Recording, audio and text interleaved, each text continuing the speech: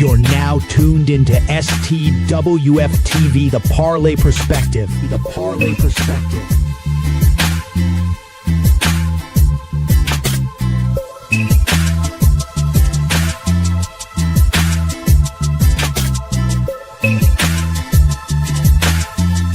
Five, four, three, two, one. What's up, everybody? Happy Monday to you. I'm Dale. Dale Silas. Jake, how you doing today, brother? Man, I'm great. I'm having a great time. Just put Raw on. Got done folding some clothes. Ready to talk some sports. Sports and all things sports.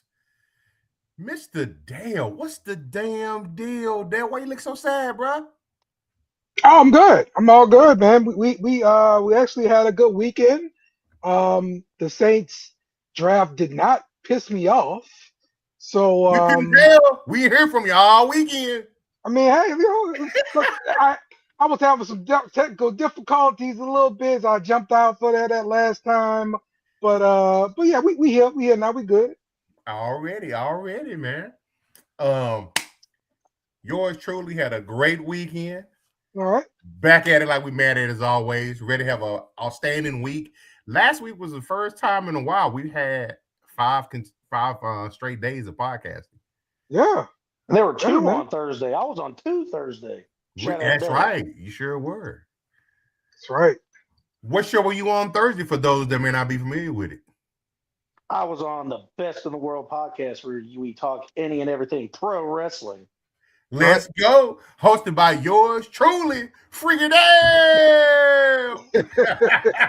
Brought to you by BS and Beer Media. Absolutely. Salute. I don't know what else Dale says when he says that, but STWF Media is with it too. I tried. I don't do this normally. It's BS and Beer Media, but I know him as Freaky Dale. Mama name Freaky Dale, I'm gonna call him Freaky Dale. Oh man, let's get into it, y'all. Man, like I said, had a lot of fun this weekend. Had a lot of fun last week. If y'all hung out with us both nights, hope you had a blast with us. We definitely had a blast with you all. Had some guests on, some people we hadn't had on before. Yeah, shout out to the Jacksonville Jaguar fan, Nick. Appreciate you hanging out with us. Right, I loved all the call-ins. That was great. If you, Jake.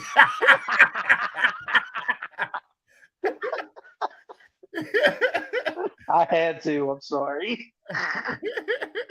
We had some technical difficulties. Well, man, let's see. We did a thing today. Let me see if I can get it pulled up here. There was a press conference today. Mm-hmm. From the Dallas Wings on Paige Brockers. Oh, interesting. Very interesting. It was so interesting that we were actually at that press conference. STWF was there. Let's go. I'll chat with y'all in a second, but I'm here. Already. Man, yeah, y'all was cutting up in these comments. I had to go way back. Yeah, people get upset when I start posting some things, and people be wanting to fuss about it, and I tell people, hey, wait for the show, and then people just keep going, That's exactly what happened. They did a chop up in the comments. Yeah. So if those that don't know, Paige Brockers, the Dallas Wings #1 pick from last year. She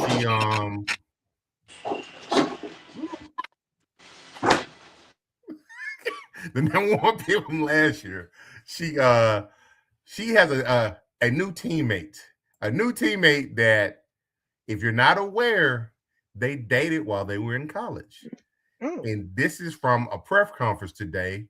Like I say, yours truly attended, not yours truly, but STWF Media attended it in the today. building. Who's in the house? So let's get it going. Hello. Before we take questions, first of all, had a great offseason. There is something that I wanted to address, and I only plan on addressing it once. So if we continue to get asked about it, we will refer to this moment in time, or we will use this time to deflect and talk about our teammates.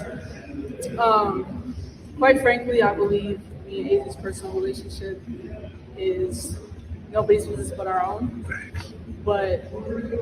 And what we choose to share is completely up to us. But as media members, I understand you guys have a job to do. You guys have to ask questions about the basketball aspect of it, so that's what I will be addressing today. Me and Az have always been the most professional. We've always conducted ourselves as such. And we've never let anything that happens off the court carry onto the court. That's what we continue to do. And I'm not entirely sure if this is new to media members, to social media, to new people who are watching the WNBA, or women's basketball in general, but me and Az are not new to this. We've been doing this for a long time. We have countless reps at it. We have a lot of experience with it, so we will continue to use that experience to show up and be professionals, great teammates, great leaders, the hardest workers, and continue to show up and do our job and help the Dallas Wings win basketball games. To add on to that, Az Fudd was the #1 draft pick because she earned it, and it had nothing to do with me and everything to do with who she is as a human being, who she is as a basketball player, her resilience, her strength, and her career best year at UConn. So Az is her great individual person, her own great individual person, and she should be celebrated as such. And now that we got that out of the way, I would love to talk basketball. Hello. Hello. So it feels good to be able to show a clip and show it in its entirety because it's our clip. So how you guys feeling about it? First of all, I love our report out to the game.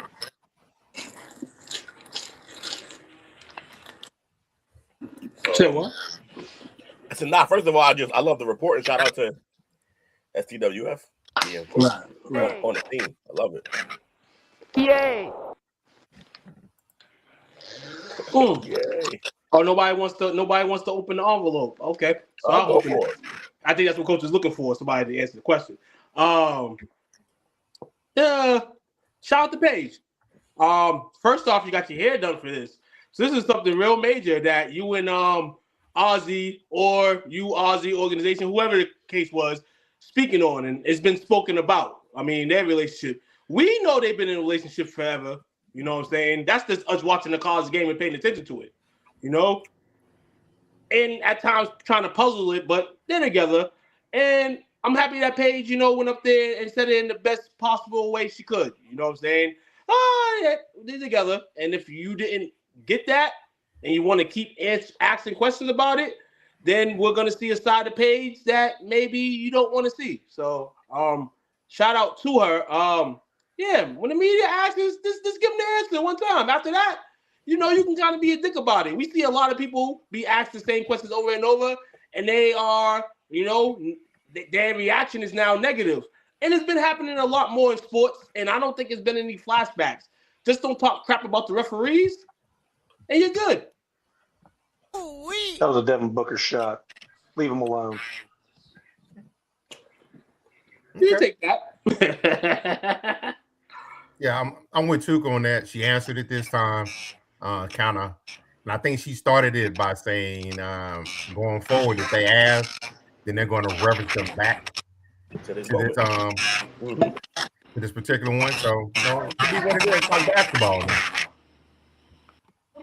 No.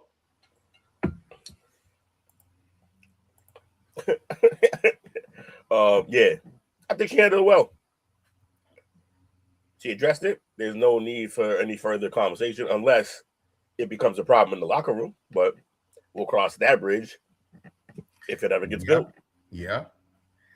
One thing that she said that stuck out to me, and I missed it the first time I watched it, but I caught it this time.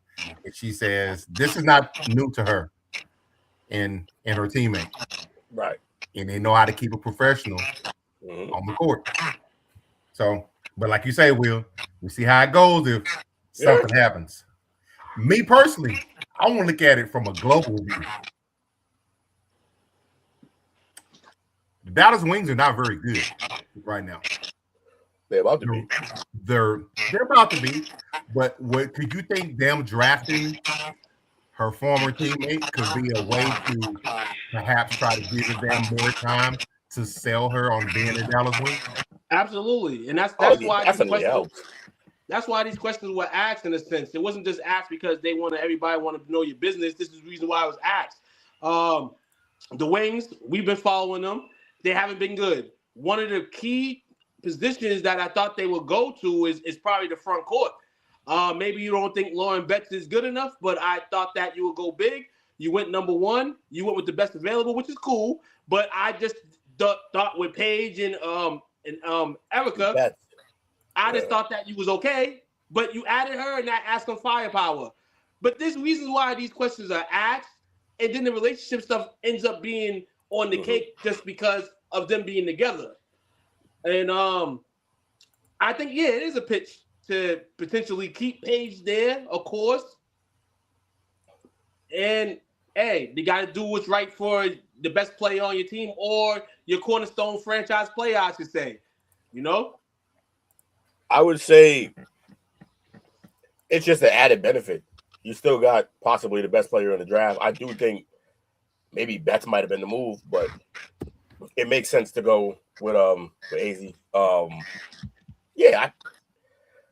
think it's an added benefit that you probably keep Paige happy. And more importantly, less than outright keeping her happy. Because, like, let's say you had the second pick and someone else scooped her before. Like, she wouldn't have been mad. But, like, if you had the opportunity and you outright don't draft her, that might have been, like, a little poke. But I think she would have understood. So, I definitely think it helps for sure when that contract comes up that she's going to want to re-sign, possibly to spend one extra season with whatever they are. I feel like more money could have been made by her going to another team.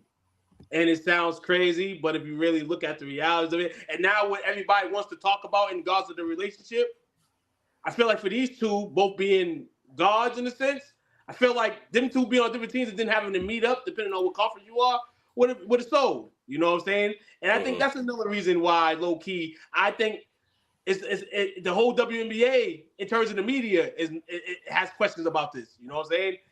But at the end of the day, man, the Wings are the Wings. They got that third piece, man, and they've been trying to do some things during the offseason to try to acquire some front court presence. So we'll see how they go with the three-guard set. My thing is in the WNBA, you see all these teams got bigs. These teams, you see Audrey Wilson is getting re-signed. Bree Stewart is getting re-signed. Angel Reese has got traded to a team that already had, big front coast presence. So that's in the matter of the game. It's questions that Dallas got to answer. But those questions are not being asked. It's being asked about the relationship because that's why people think that they drafted her.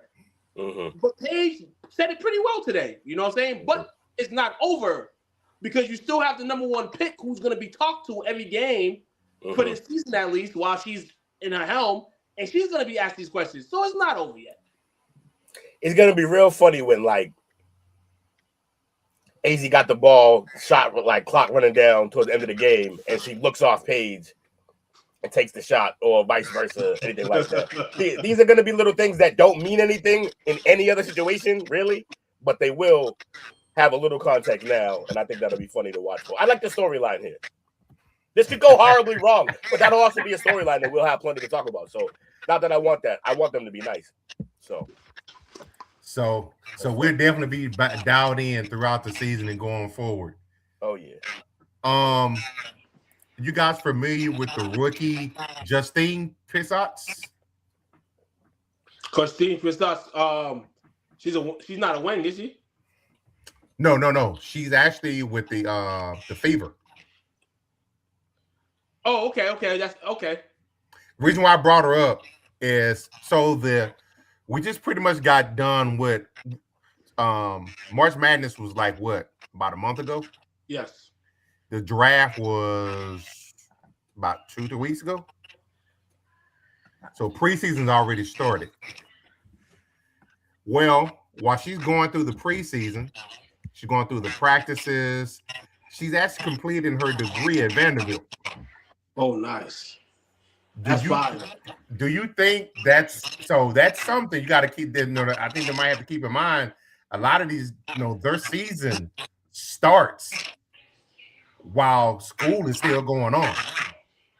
Do you think this may be something to where they may get some type of partnership with the NCAA to help these guys, the people that are finishing their degrees, to do so? Or do you think they dare push the season out anymore in an effort to allow them to be totally committed to it, to what they got going on?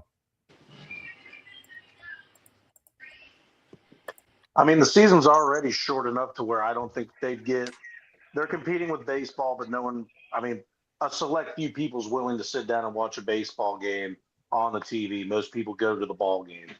I think if they pushed it back just a little bit, the only competition they have is baseball, and towards where their playoff time would be preseason football, which a lot of people still don't pay attention to.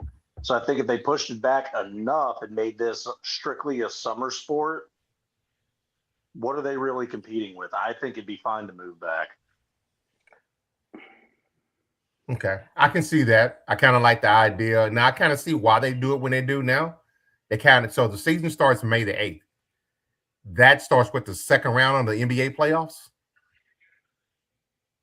Generally speaking, I don't like it for the rookies. Like, they don't get a chance to rest at all. That's true. I'm going to say this with the utmost respect. We see a league that's trying to climb up, and we're saluting them for it. And until it keeps moving up, then things like that will change. The sacrifices they got to make. I think you just got to go with the grind. This is what you want to do. This is the grind. Soon, I hope it changes. But me personally, I don't think they're going to move it, because the way the NBA is structured is going to be a summer sport. And as long as it's going to be a summer sport, then whoever enters this WNBA draft and gets drafted, hey, lace up your boots. That's what the game is about, man. That's what I understand. You need your rest time. But look at here, man. When we grew up grinding, we didn't want to rest, because we knew if we rest, the next person next to us was going to, or in front of us was going to try to, go over the top. No. I mean, sorry for the ladies, but, hey, this is how it goes. Okay. What's her name? Trinity Carter. Yes, she is back with the Trinity Aces. Carter. She took a year off, but she's made an immediate impact just coming back. They played Japan in the preseason game. She scored 18 points. Do you think she has an opportunity to earn a chance on the roster? Absolutely, she does. This is a girl that in her last stint, she was doing the ops dirty. And I mean, there's questions to why she wasn't in the league for this year. And hopefully those questions are answered in time beat. But you can't take a person's game like that, man, out of this league at all. No matter what you try to do. We talk about growing and elevating. We growing and elevating, man. You got to have the best of the best in the league.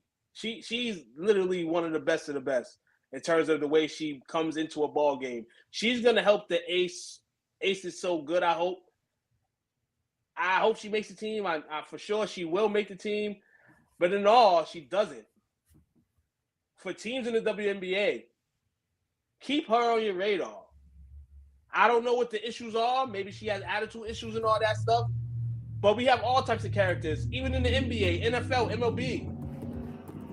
And she ain't doing nothing worth getting suspended, man. She has to be in the league.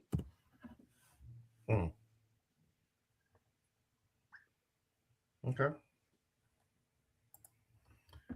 So, couple of updates as far as the WNBA is concerned. They have free streaming all the preseason as far as all the games. For the first time ever, they have a national broadcast schedule for the 30th season. I like what they're doing. They're getting more money. But it still goes back to that point in time when the rookies, Reese and Kaylin, got all the hate from the old heads, as the young folks call it. Yeah. Got all the hate, yes. But this is the seed that was planted when they came in their rookie season. Yes. Now they're starting to see the fruition of that. Yes. This is the house that Angel Reese built. You guys are welcome. This is, and that's another thing that, and this is another thing that we have to dissect a bit. We're gonna give them their flowers forever. But I just hope the two compadres, the two flowers that started this thing here, this new regime, I hope that they stay on their pedestals. I hope they stay on their horses. I hope, you know, at the end of the day, when you name the top 10 horses, you know, in the 5 seasons, these two ladies are still up there. Because like I said, there's a lot of talent that we are going to see in the next 5 years, in and out, coming in and out. So let's see if Caitlin Clark and Angel Reese, I mean, I know the media is all on their throats and on their ears, but keep it locked in, ladies. Keep it locked in. Keep your game locked in. All the media is going to be in your ears, your faces all day. Keep it to where y'all are respected not only for doing this for the league, but in your games as well. Angel not worried about Will hating ass.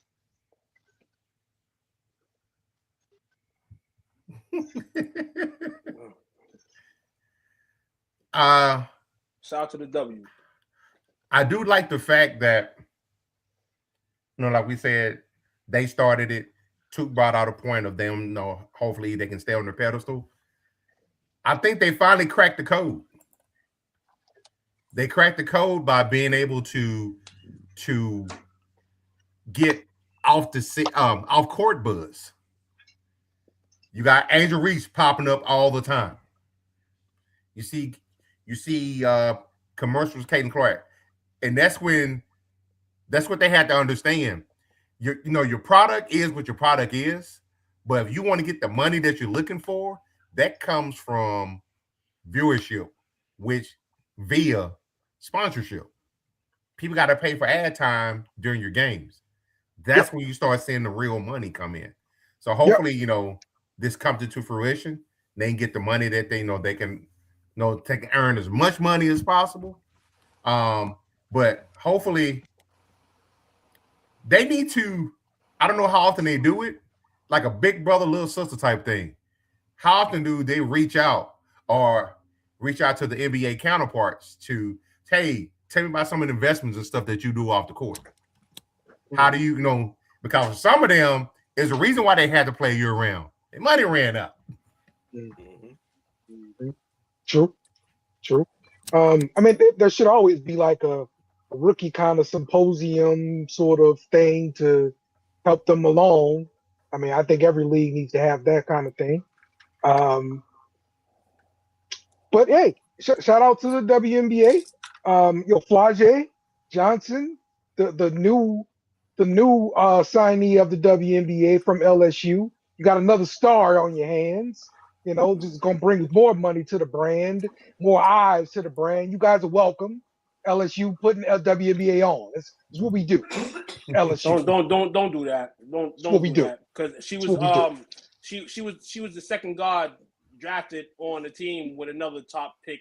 It's me in there from the beam. So don't do that, Dale. She's all right, and I like Flage's game, but she ain't gonna star and what she'll be music and she'll be okay, but don't do that. Don't do that. Shout out to Flage though. You're the only one loving her right now, but she needs a fan, so you need a fan. What this hater got to say about it? About Flage? She can hoop. Why wouldn't That's right. Yeah, she can hoop. So real quick, I went and pulled up the top 10 highest paid players from last year. Looking at the endorsement money, Caitlin getting paid off the court. $8 million in endorsements. She getting that. I want to be like Mike money. Asia's $2 million, Sabrina's $2 million, Brianna 1.5, Angel 1.2. That's some good money though. It is. It really is. And now you're starting to see the increase in the contracts. But get to them. Diana Taurasi.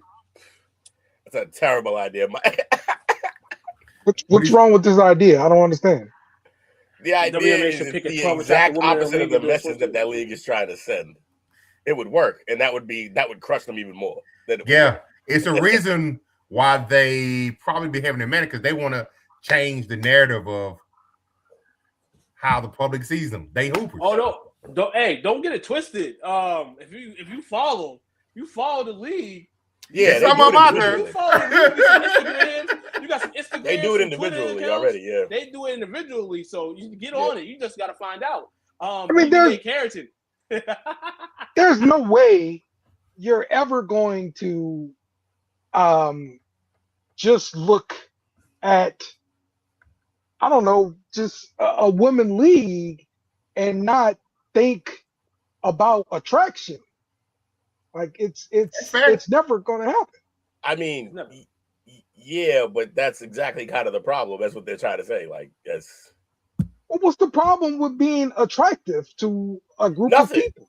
Nothing at all. But like that, when you end up trying to turn the league into that, like we got lingerie. I mean, listen, if you ever watch football with the female, that's heterosexual, they will make comments about the guys on the field. Nah, but there's a difference between guys. They'll definitely subscribe to beach volleyball. Definitely a difference between guys and girls, though. The difference with the girls following the men's sports is the girls are attracted to them, but the girls ain't gonna go all crazy like the men. For instance, if there's men and all that stuff you want to happen in the WNBA happens, we have creeps and turds and SOs and all them people trying to get to the games, and this is too much trouble. So they're trying to clean that image in a sense. Yeah, they're females there, and they can be. And there's some girls that's gonna be attractive in the league. There's some girls that's not. Hey, we're here to watch the basketball game. Problem, and the difference is, Dale, is that they're supposed to be heroes and such, and role models, and like oh my God, men are sexualized at that age, so young. Whereas when you're doing that, that's so. He said that's like saying fat bitches can't do sumo wrestling. How insulting is that? We need to make it happen. See these BBWs pushing each other. Don't encourage these guys. No, it wasn't mine. It wasn't my post. Okay. Is that another one of your Is that another one of your profiles, Dale? Yeah, it's a burner page. All right. That's ELAD. So the segue from WNBA kinda to NBA. I was not aware of this until later on this afternoon. So y'all see, we had a breakup over the weekend. Yes, we had a breakup. Somebody broke up? What? One Megan Thee Stallion and Klay Thompson. No. Yes. But I didn't know this part. Are y'all familiar with Lexi Brown? Lexi Brown. Should I be familiar with her? Let me look her up. Yeah. She in the WNBA. She is. She played for the Sparks at one point. She's all right.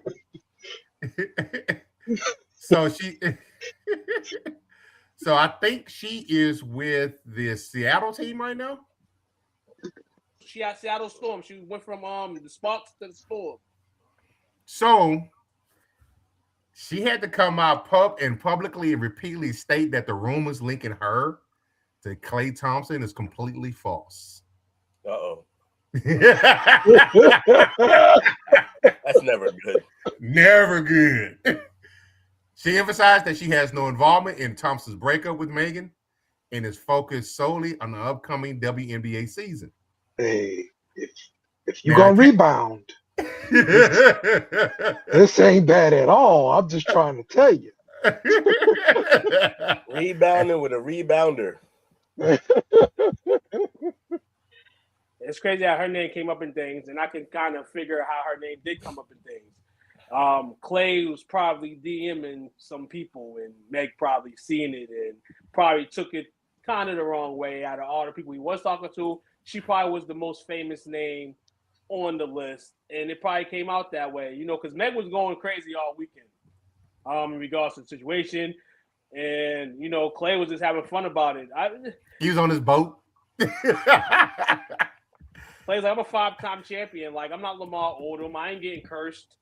I'm not Tristan Thompson. I ain't getting cursed.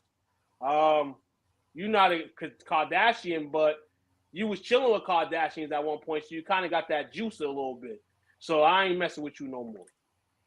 That spaghetti and catfish was nasty. I'm done. I know. Yeah, I know, right?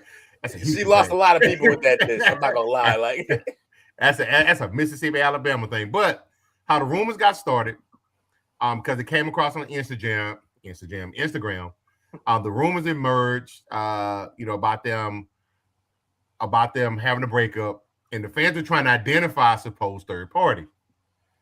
Brown's name was pulled into the conversation, but it was based on unverified social media claims, including alleged private messages, claims that Thompson and Brown followed and unfollowed each other. That's always a dead giveaway. Real talk. And viral posts from anonymous accounts. Yeah, he was trying to bun it for sure. But we're gonna see how this plays out. I know my man Will could care less. We got other shit to talk about. Yeah, it's not. Yeah, it's over, dog. They ain't gonna be back together. We'll see who Meg's new man is soon. It lasted longer than I thought it would last, to be honest. A lot longer, honestly. But Will, don't take this as no shot, brother. I love you. Yeah. But what she expect? He's a light-skinned brother. They gonna be knocking on his door, man. He's gonna have to push him off of him. Yeah. Light-skinned brothers rolling back in style. This stuff goes in cycles, y'all. Is that a Bobby sighting? Is that a Bobby sighting? Salute. But yeah, he's not strapped in that area. It's not tough for him at all. He's rich. Oh my gosh. And he ate, honestly, he looked kind of the same as when he got drafted. Yeah. She gave him the elixir of life. Right. He's gonna retire and be in the prime of his life. You think he retires? Oh, he got a couple more years, maybe. They all gonna be bad though. He's not good anymore. His dad better be in the gym this summer, because that 3-point shot was looking real shaky last year. I could see like at a vet minimum him returning to Golden State to retire. Yeah, I think Dallas does him a solid and lets him either trades him or outright buys him out. Mm-hmm. So he close out his career there. How you been, Bobby? Damn it, Bobby. All right, Bobby. NBA news. Got a lot of stuff to cover today. Dale, try to stay with us now. They had an announcement, an official announcement, even though we knew about it going over the weekend. But the official announcement came out today. The Rookie of the Year was named. Anybody know who it is? I know what school I'm on to. Come man. I heard about eight answers. Big man from the Pelicans. Big man from the Pelicans. It's not clean. He didn't get it. Zach Edey. That's the big man from the Grizzlies. I think it's that is him in there. I forgot about that. Colin Knipple. Come on, man. We know who won. Man, I got a bonus today. Shout out to my New Balance family, dog. It was flag, right? Let me get it pulled up. Yeah, it was flag. Let me get it pulled up here. Right here. It was Cooper Flag today of the Dallas Mavericks. Cooper did his thing. But this is how it broke down. He got 56 first place votes, 44 second, for a total of 412. Con Knepple, 44, 55 for 388. And the distant third was VJ. Which makes sense. Exactly how it should have been. Do you think this voting is accurate? Do you think the right person won the trophy? Yeah. I don't. Okay. Do tell. I think it should have been Khan. He had more points and he broke more records. Yeah, look, he broke a 3 record. That's cool and all. That's what's up. But it's just kind of an achievement. It's not really like that means you got to be the Rookie of the Year. It definitely is great though. It's what he did throughout the year though. But also like he was consistent. You got to understand. Yeah, but Flag was too, and Flag did more. And Like, Flag played on a pretty shitty team. And he played on a dog shit team, and he was the focal point of every single match. Like at no point of the season was Con Knipple the main focus of the team he was facing ever. Like, nah, he wasn't. He was the third. He was the third or fourth player. He's mellow. Kind of the third guy. He's the third guy. I feel like saying the fourth guy's wild, too. It's not that wild because Bridges be cooking still. Like, look at. And they had Love. I mean, you had Melo, then you had Yup. Brandon Miller, and Right, then two. at a point, Con was the 3, and then yeah, Kobe White got picked Kobe up. White was And balling. Kobe White was picking up the slack. So he was fourth, ended up in the season. But this is why Cooper Flag won the Rookie of the Year. When you come in with that much praise that he did and with his hype, and he keeps the hype going, there's no way he was going to lose it. He kept the hype going. He had a few stumbles, but he had 40s, yeah, 30s, and then it turned up from there. And it was bad for the rookie sense and anybody else catching up and winning it. Shout out to Con Knipple, who's going to be a great guy in this league, and I hope the best for him. But not even Con Knipple can take the Rookie of the Year from Cooper Flag this year, with Cooper Flag playing as extra advertised, because we wasn't even expecting all this. And if we didn't get that, Con Knipple was going to be the Rookie of the Year. But we got that. You got to realize, like, he was also, like, more rebounds, I believe more assists or close to it, and more blocks. Yep. I'm pretty sure more steals, and definitely a better defender, like team defender as well. So, like, he had way more responsibility on his plate than Con did. The only thing Con really did better was shoot better. He was way more efficient from 3, and made more. So not just more efficient, but also took and made more. And also more efficient, I believe, mid-range as well. But other than that, that is literally the only thing that Knipple did better.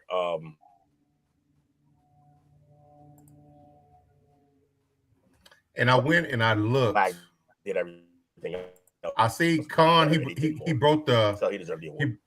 He broke the rookie record for 3-pointers, right? At 207 3-pointers in just 59 games. Which, like, I love it, and because only 59 games, that's the real part of the record that, like, we got to give love to, because the truth is like, this record is probably going to continuously get broken at, like, new NBA. Everyone's shooting just so many more threes. He just happens to be, of the new era of great shooters as rookies, the best one for sure. He's a gun. Now I went and I put up Cooper's. I was curious because Jake had said that Knipple broke a lot of records. Now when I pulled Cooper's records, youngest to score 35 or more points. Yeah. Most points by 18-year-old in the game. Most games with 15 points, 15 plus points, 2 plus steals, 2 plus blocks as an 18-year-old. Most 20-point points games by a teenager. Massive rookie reason single game scoring record. And the multiple 15, 5, and 5 games. He had 24 of those. And then you got to realize this about Cooper, too. Cooper could be coming out of the draft this year. He basically promoted himself up. He's a baby. So, Jake, as much as you're a Duke guy, you know you're going to go. I already knew you was going to go on the other side with this anyhow. Put some respect on Cooper's name. Like, he rocked with Coop, though. He just, like, Knipple he likes Knipple. Put some respect on Cooper's name. No, two makes me want to not like the guy. Terrible. But it was close. There's only 26 points difference between them. Yeah. So shout out to him being. That's crazy that the award came down to 2 white guys. You don't see that often. Yeah, not no. Hold on. Take it a step further, Will. 2 American white guys. Oh yeah, great point. Even better point, especially right now. I am hyped for Mark Cuban was right. It's super cool. At the same time, too, this ties Duke as having the most rookies of the years come from a university. They are now tied with North Carolina with 5. Does anybody else know who the other 5 guys are? One of them is 5, or is it 5 more? No, one of 5 the teams that have this many. One of them is Grant Hill. Yes. Eldon Brand. Yes. One is recent. Kyrie. Yes. And The other Anthony one's Davis? super reason. Tatum. Nope. No. Oh. Anthony Davis? No, He went to Kentucky. UK. It's Yeah, right. what you Kentucky. got? Paolo Banchero. Yeah, Forgot Paul, about yeah. him. The forgotten Dookie. I forgot about him.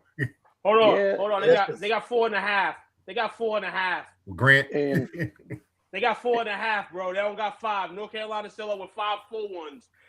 Grant Hill shared one with Jason Kidd. He did. and then the North Carolina, because I do enjoy the ACC love here we have.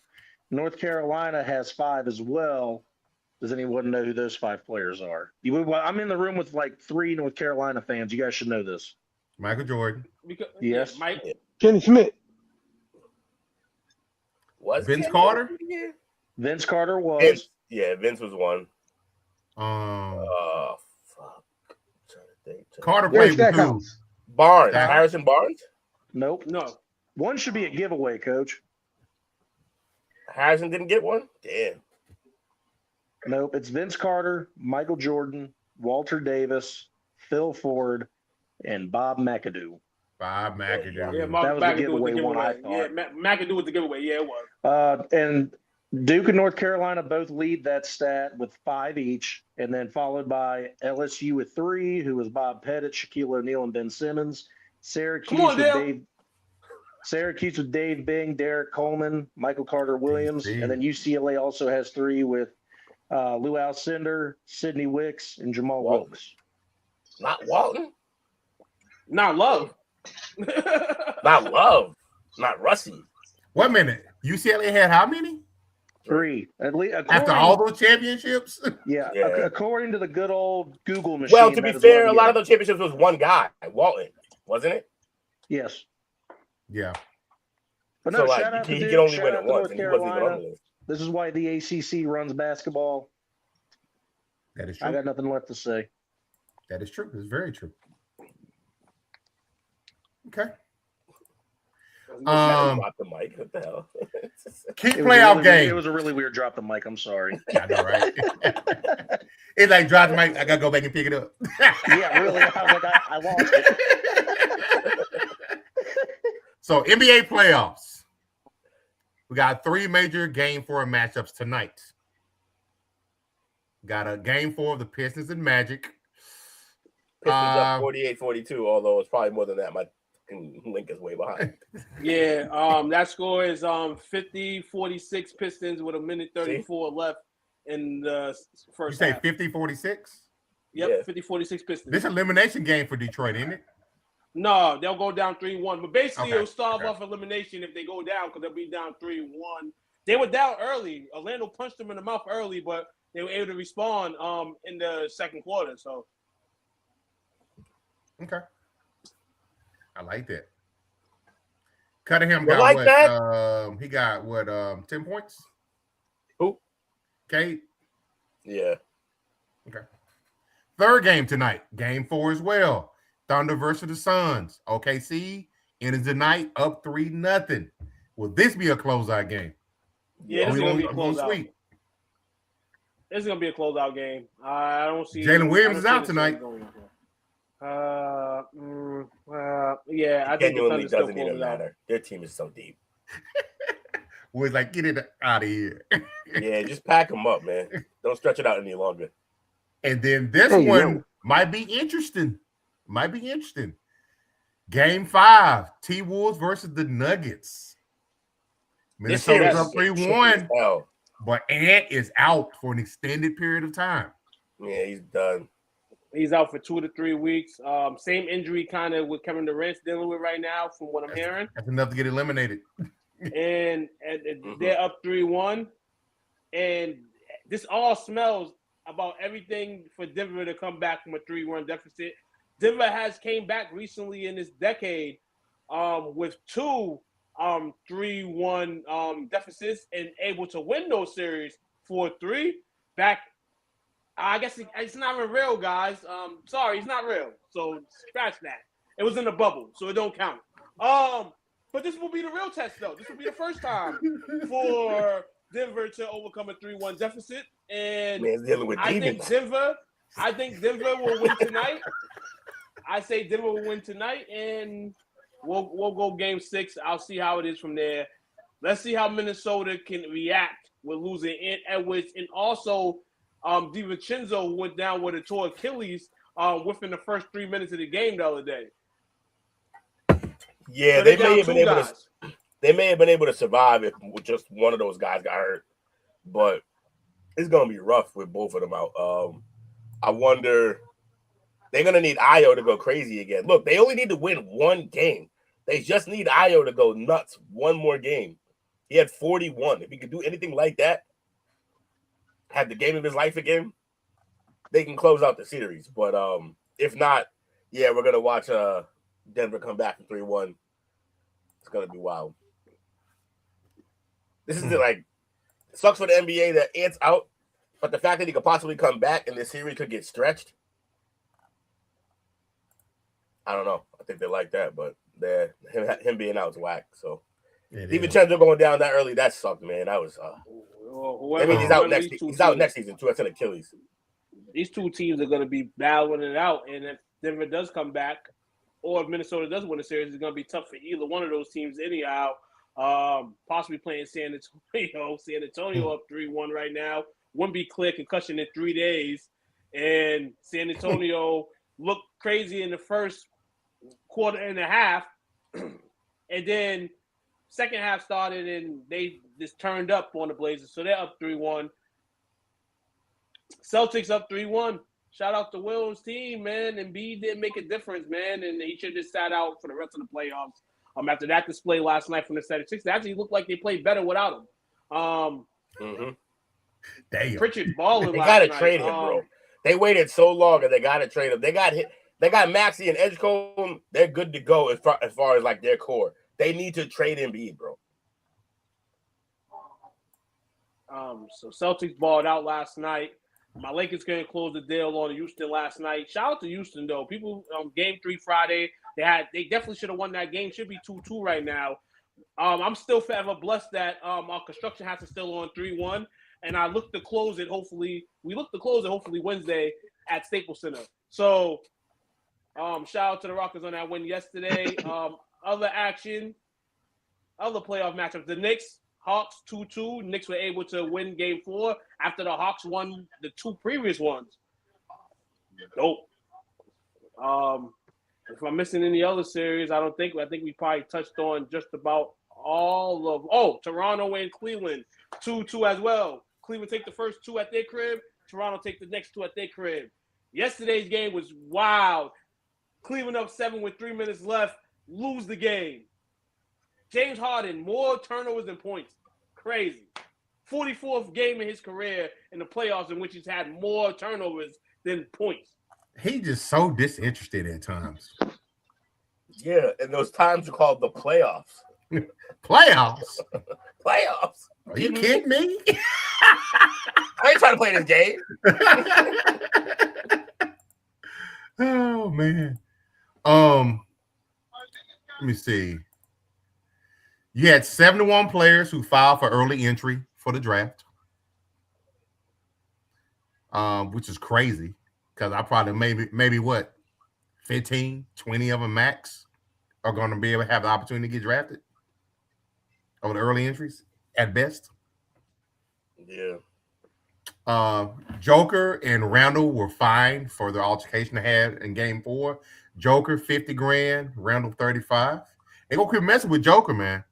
Joker started this one though. Joker was being an asshole. He was mad because he was getting his tail whooped. I guess you stop telling the media you only care about your fucking horses, bro. Yeah. And now we're gonna see if we really care about your horses, about this bro. game. That's the difference. He was mad enough. He want to go home. He don't want to go home. So fuck them horses for the next week and a half, 2 weeks. Get busy and try to get this 7 and win it. Talk about horses and shit. Come on, dog. Like when he did that on Saturday, I said, yo, I'm gonna flame him online. But I didn't do that. I'm gonna do it on the show where we got with the fellas. You did that. You went down there and you let McDaniels hem you up. It seemed like when your brothers ain't around, you ain't that hard. Yeah, he did run down on McDaniels and didn't do shit about, like, he wasn't really about nothing. Like, you ran into him, so you did. You went full court just to chest bump him? That's crazy work. That's a full court chest bump. That's crazy. he was hoping his brother's going to be there by then. Yeah, say what you can. Yeah. He's like, if I'm running, they running. Like, all right. So, this is a question directly for Took. And shout out to Jay Randall, man, and your business, way to represent the Metroplex.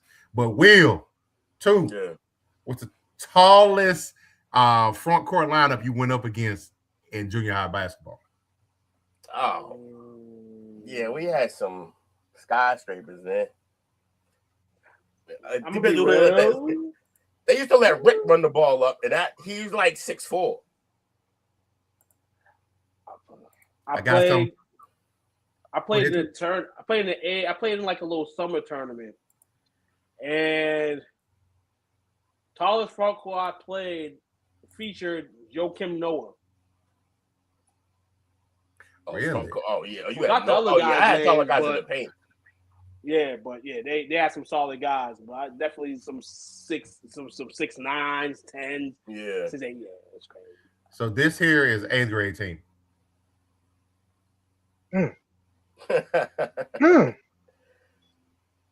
Duncan during the layup lines? This here is Joanna, man. Dale, you remember in our era, that's to be a technical foul if you dunked in the layup line. Dale wasn't worried about nobody dunking. They didn't want to fix the goals. That's why. I'm telling you, dog, these middle school kids be at it, yo. I'm telling you. They're most excited people to play is the middle school kids, I swear. Oh, man. I think 10, 6'8". Yes. I want birth certificates for everybody. I want birth certificates. You gotta walk in there like Denzel. I want birth certificates on all you motherfuckers. I feel bad for whoever got to play them every weekend. Yes, sir. Y'all think Dale could dunk with a trampoline? Yep. I think so. He might be too light. He might go over the goal. Yeah, that's what I'm saying. He might just keep going. They never get him back. So I saw that. Thought it was pretty interesting, man. It's some tall dudes. Yeah, AAU basketball is a freaking nigga. And it just actually started probably within the last month. And it's so wild. I remember AAU used to be so simple, and now everybody from every street corner, every block got an AAU team. You know what I'm saying? It's crazy now. But then I'm hearing about this before we go to another topic, that the way the cycle is, scouts are not really at games during AAU season anymore because of the whole college thing and the recruiting process and all that. And that's why high school ball is more tentative in a sense, and high school ball than AAU nowadays. Used to be the other way around in a sense. Unless you was that dude, you used to have guys just going to your games daily. But from what I'm hearing around the AAU circuit is a lot of coaches, a lot of primetime coaches ain't even there at those games. Where you used to see and hear that primetime coaches were at those games. Let me see. You have this might be, but I know two can hold his own. That's why I'm gonna be like Dale on this one. We talk about a little bit of NHL. Got the playoffs going in the NHL as well. Playoffs. With that being said, as far as the playoff pressure is starting to intensify, you got a bunch of teams that face must-win scenarios. I was trying to pull up the scores. There it is, playoff bracket. There we go. So right now you have cut that off. Western Conference, you got Colorado. They swept the community. Okay, they're tied. So Dallas tied 2-2 with Minnesota.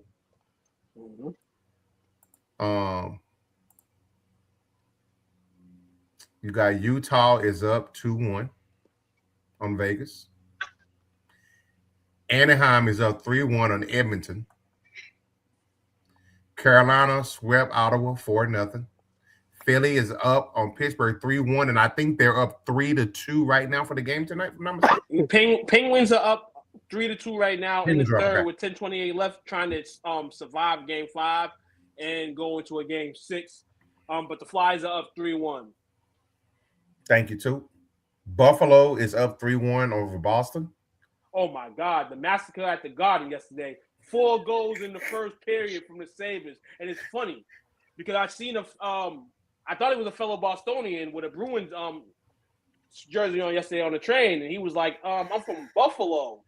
And he said, and I'm here to watch my first Bruins game in 20 years.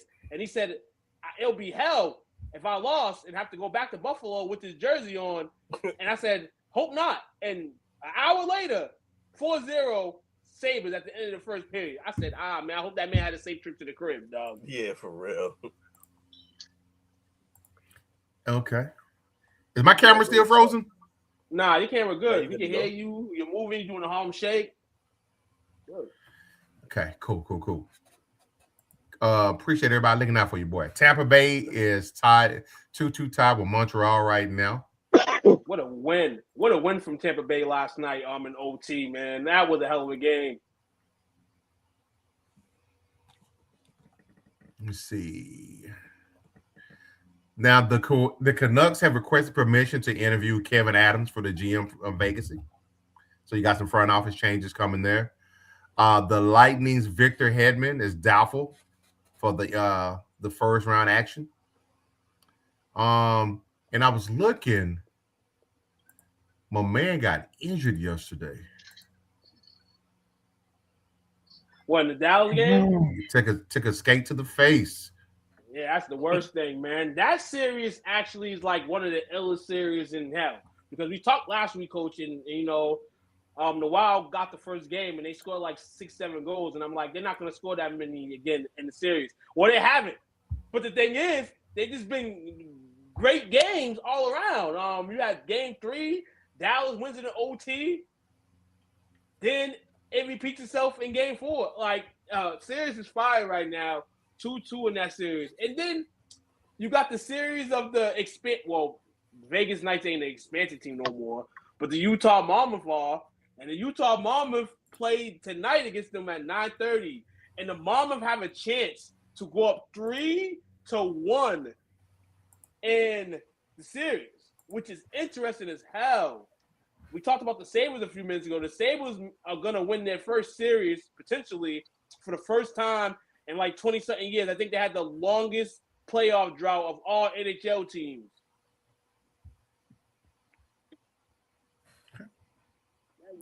Playoffs? The early 2000s, like playoffs? literally top 10 early 2000s. Playoffs? It never gets old. Yeah, you know what I found out today too that I had no idea about. Kind of change. I don't know how I feel about it. I have mixed emotions. I did not realize the great Mike Modano works in the front office with the Wild. That's great. No, that's what? I heard it on the radio today. I had no idea. I didn't even know he was. I didn't even think he associated himself with sports. I mean, in that sense anymore. Well, I didn't know that. And the Wild's always been okay to me. Like that Benedict. Will knows a lot about him.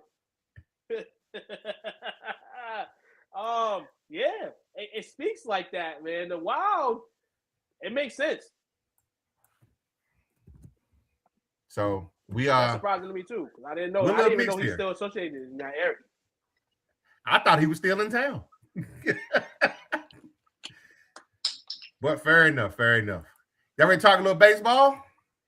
Take me out to the ball game. Sweet. A couple of updates and headlines. You got the Braves claim the top spot of the power rankings. The Braves have surged to the number 1 spot. Shout out to Chris' team. They have reached 20 wins already. Ooh, that's fire. And the rest of their division sucks. And the rest of their division sucks. So right now you can have like a 15, 20 point lead by the end of June. The way the Phillies and the Mets are playing. Shout out to my NL team. Now, Oh, this is why we don't hear Jake talking tonight. Because his Blue Jays are getting his ass whooped by the Red Sox. the Dodgers had pitching dominance, and Ohtani is already having the Cy Young push. So the Dodgers are the number 2 ranked team that still remain a powerhouse. And Ohtani and Tyler Glasnow headline early Cy Young conversations. Both of them got elite stuff that they're throwing out there. But Ohtani's health and innings count will determine whether he can make history by winning an award as a 2-way star. Will he do it? Nope, he's not, because he's struggling with the bat right now. And just me being in Vegas sometimes with my friends, I don't bet baseball like that in terms of the batting and home runs and all that. But I'm hearing that he's struggling and he's losing people money. So we'll see if we can turn it around. Fair enough. Oh, that's some breaking baseball news. The Guardians are calling up former number 1 overall pick Travis Bazzana to take over second base duties for the Guardians. You noticed that too. Yeah. Oh, that just came in. Jake was on his phone. He buzzed his phone and came to buzz us, man, because I just got it too. Yeah, you see this a lot too. You're starting to see this a lot with teams bringing in their prospects early as hell. You know, and it never was the norm like that in the league. You kind of let them get their feet wet a little bit in AAA, single A, and you bring them up. But it just seems like, they bringing these guys up fast. And the Guardians, were they a playoff team last year? Say again, too? They were a playoff team last year, the Guardians? I think so. I guess this is just the way the MLB works now, but I feel like if you're bringing in your guy like that, that means your team must – you must need them, but I feel like there's a faster need for these guys now than there was ever. But like I said, I'm not taking off on the MLB like that, but I know that type of stuff wasn't happening like that in my day.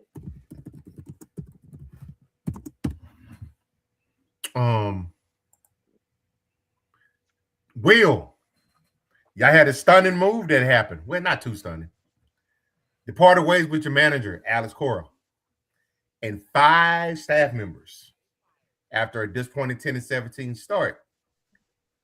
Is this the sign of a major reset, or we just pivoting? They fired everybody. Like, you got to go. You got to go. You take that stupid ass plant and you got to go. Like, it just, they all had to go, man. They wasn't doing it. Like, our team has nothing but talent, and we started off playing dog shit. We actually should have good pitching. Can't none of them pitch right now. Just as a team, just not playing well. Way under. Last year, we way overachieved. This year, we're way underachieving. So. Any rumors on who the next skipper might be? Well, who's the interim skipper right now? I genuinely don't know. They're probably like, we're not even playing these games. That's what I thought. When they fired all of them, Will, I said, are they gonna be eligible to play in the next game? They got all their coaches fired. Probably brought out some guys from the minors, maybe. Chad Tracy. Okay. Promoted from managing, from managing AAA. There you go. Veritek. That was the most disappointing thing. It wasn't about Alex Cora, because I thought that piece of shit should have been fired when they hit him with the scandal. But hey, they kept him, whatever. But firing Jason Veritek, Jason Veritek. Do you know Jason Veritek? If anybody knows Red Sox baseball, look, I get it, but if he ain't making the right calls, he ain't making the right calls. He got to go. My only thing to Veritek was, no, he should have been fired too, I guess. Yeah. But I feel like he should have got the Sunday news instead of being in the news with all of them. Should have got the Sunday news with like, oh, Jason Veritek resigned. But it's crazy because that actually happened. I heard that they offered him another position. He said no, and then that's when he got the boot. So technically, they still wanted him in the program, but he didn't want to go to whatever they wanted him to do. Yeah. So now it's focused on John Henry, and I'm hearing a lot of rumblings about John Henry from him selling Yankee stuff at Fenway Park. And I think I went to the Red Sox store a few times. They got a couple MLB teams in there, but I don't know. Being a Yankees fan and having Yankee stuff in there, I wouldn't feel a fan's perspective if you're mad. But yeah, I've been hearing a lot about John Henry, Will, in regards to everybody calling him a piece of shit and all this extra shit. How you feel about him? Look, people have always disliked John Henry. John Henry's always been a businessman first and baseball second, and he always will be. That's just how it is. But yeah, look, when the team's underperforming, they're not big John Henry fans. When the team's doing well, he's a lot more likable. But he's like you ever seen the guy? He looked like the turtle guy, and like he's mad quiet and weird, and like yeah, he's an odd dude. Like that type of brain that made the type of money. He's different. His wife is wonderful. I'm about to say he made money and bought a team so he can get laid. Yeah, exactly. Because he's like, just the whole billionaire thing, and then look, his wife's nice as hell, but he's an odd dude. Not a bad guy, but them billionaires are never the best. But I don't know. People are always going to be sour on him if the team ain't playing well. That's just how Boston is, though. That's true. Hey, Took, real quick, you were talking about earlier about the new trend, about them bringing up these players younger now. I think part of that probably has to do with you starting to see the trend now. They're trying to get in front of these big ass contracts and want to see what these kids have beforehand, so they go ahead and give them a contract earlier. So about time the second contract come around, they've already kind of milked them for their first one, and they can the second one might be a maximum deal, but they're saving their money on the front end. Right, exactly. You can thank the Dodgers for those moves. The Dodgers started that. They sure did, didn't they? The deferring money shit. Yeah, they're gonna put an end to that pretty soon. Oh yeah, as circumventing the salary cap. Yeah, but hey, you ain't cheating. You ain't trying. I don't even think it's cheating because they ain't against the rules yet. Yeah, that's true. It's still legal. The ABS challenge system stats have been released. The new data shows that the Mets, the Cubs, and the Royals are leading the MLB with 63% ABS challenge success, while the Nationals sit last at 39%. But they say the catchers remain the most accurate challengers with the 61% success rate. Makes sense. They're right there at the plate. Yeah. Well, hell yeah, it's right They're like there. How can they miss it? they're literally part of all the action. They are the strike zone. Right, exactly. All right. Is Jake back? Jake, are you ready? What a jabroni. Not quite back to the house yet. Okay. We can keep it pushing. Just let me know when you're ready. Niche. Jabroni niche. Let's do a little sports. Y'all ready for a little sports chatter then? Sports chatter, yes. We are ready for sports chatter. Let me get them pulled up here. I got a couple of them for us. Because we need to bring that back. There used to be a whole show back in the day for us. Hell, BC ranked 14, baby. Just letting you know. BC's ranked what? We ranked 14. Well, there's two polls, so I think we ranked like 17, 18 and 1, and 14 and 1. I'm gonna take the 14 over the 18. You know how we do it. Hey, getting into the postseason, bro. Like that's good stuff. But that's no question. We gonna get to the postseason. I want LSU. Yes, sir. Baby. I want LSU. No, not this year. Not this year. Yeah, you We're bums. done. Too soon, Cold bums. We're done this year. I'm gonna rewatch my highlights from last season.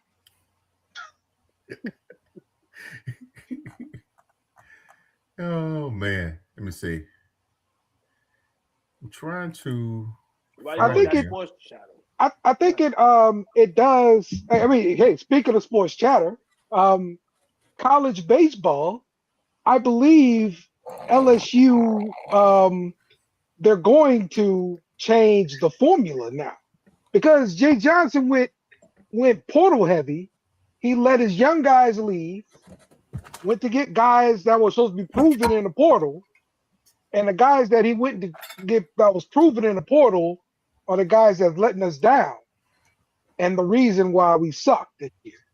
And so I believe Jay Johnson is going to be like, yo, I'm trusting my recruiting and my development.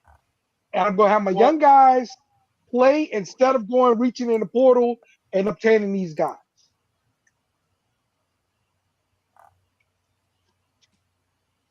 What's his name?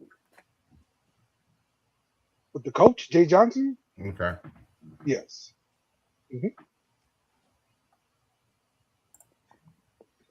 Come on, man. Y'all wasn't getting Paul Skeens was no transfer, was he? Come on. Yeah, he was a transfer. He was. Oh, he's a transfer. So he's not really an LSU guy. What do you mean? Where he transferred from? He transferred from Air Force. Y'all didn't recruit him. He don't count. Yeah. They put that label on him for a year. Sure. I'm trying to y'all keep going. I'm trying to pull up this. I had two of them specifically. It's all good. Yeah, look them up, Coach. While you look them up, Blue Jays getting their ass whooped by the Red Sox 5-0. Actually, yeah, bottom of the ninth. Blue Jays got no chance. Twins up 8-2 on the Mariners. Great reporting, Angels fan. Angels, White Sox delayed. Further announcements about that in a few minutes. Coaches Rangers getting their ass whooped by the Yankees 4-0, top of the sixth. Pirates and Cardinals played today. Cardinals won 4-2. Rays and Guardians played as well. Rays with a 3-2 victory. Shout out to the AL East leading Tampa Bay Devil Rays.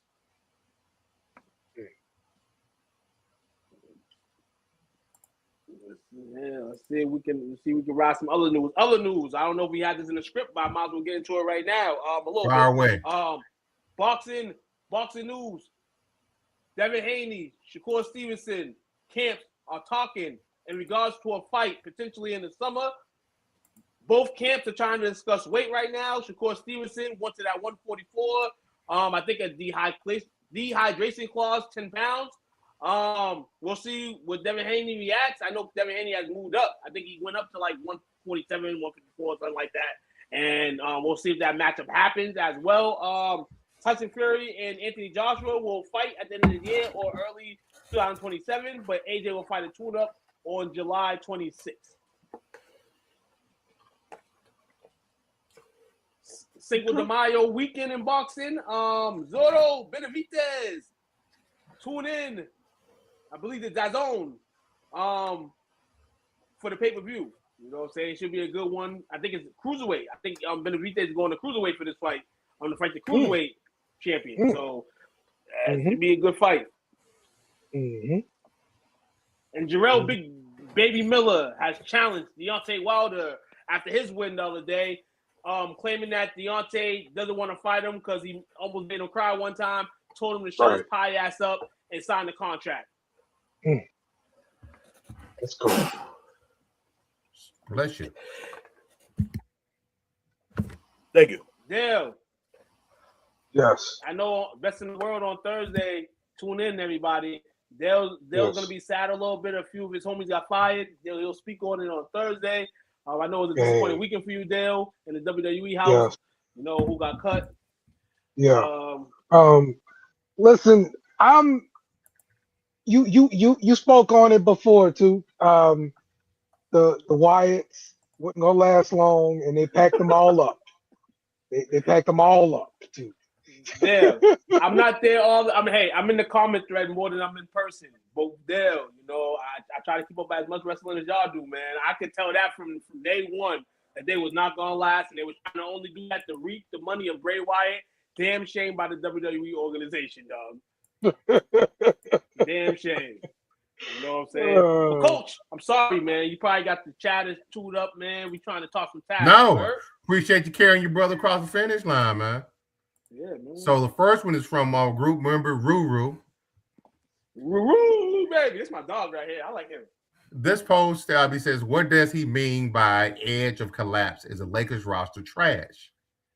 And this is, as far as Lou Williams saying, man, the expectations of LeBron are insane. Even at 41 years old, the media still treats him like he has to do it all. Nick Young, I've never seen anything like it from a teenager all the way to now. People still expect LeBron to carry a team on the edge of collapse. It's wild. So obviously, let me get the comments pulled up for our group members here.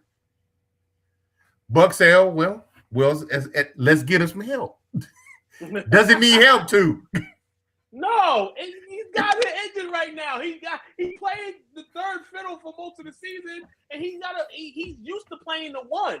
So this is no difference from LeBron. What we seen in that Rockets game yesterday was load management at its finest. LeBron said, "I'm not going to sit out this game. I'm going to load manage on the court." That's what he did last night. And then responsible, 41 years old, doing his thing. He does still get, all this media hate, media hype, because this is what he wants. This is what LeBron wants. So I'm not even going to give people the sad note about LeBron. He's too old. No. When you're on a pedestal like LeBron is, and you're still in the league, they're going to expect you to do more when you get older. And it sucks that you can't or may not be able to, but this is what LeBron James, this is the bed that he's in. He's going to lay in it, be cozy in it sometimes, cold, take the covers off. This is what it is. Buck says, Ruru, you got to know when to hold them, know when to fold them, know when to walk away, know when to run. Kenny Rogers. Then said, I love how Luka is considered a collapse. The gambler. I love how Luka is considered a collapse, but Antoine Jameson was prime for Jordan on the Wizards. Narratives are funny after dude was retired for 5 years. Y'all buying that? Did Antoine Jameson play with Mike Jordan? In Washington? I'm trying to think about that. Probably did. Probably Mike's last. I don't know. It doesn't seem. I think he play like the next year, but yeah, man. I'm sick and tired of all the Michael Jordan comparisons to him, man. This is two different generations, two different guys, two different teams. The way Michael Jordan was growing in the league, they couldn't pay money to guys 6 through 12, 13. This is why Michael Jordan had fucking Bill Cartwright and Randy Brown. The reason why LeBron James can have a couple guys in supporting cast is because it's different now. The way the pay scales are different now. All that's different now. So stop comparing these two, man, and who did this with this and who did that with that. One thing you can say for certain, dog, on both sides, Michael Jordan, we seen this dude. Hey, he's a bad motherfucker. We see him win 6 rings, man. You seen him winning 2 straight three-peats. LeBron, you seen the guy going 23 years running, still playing basketball.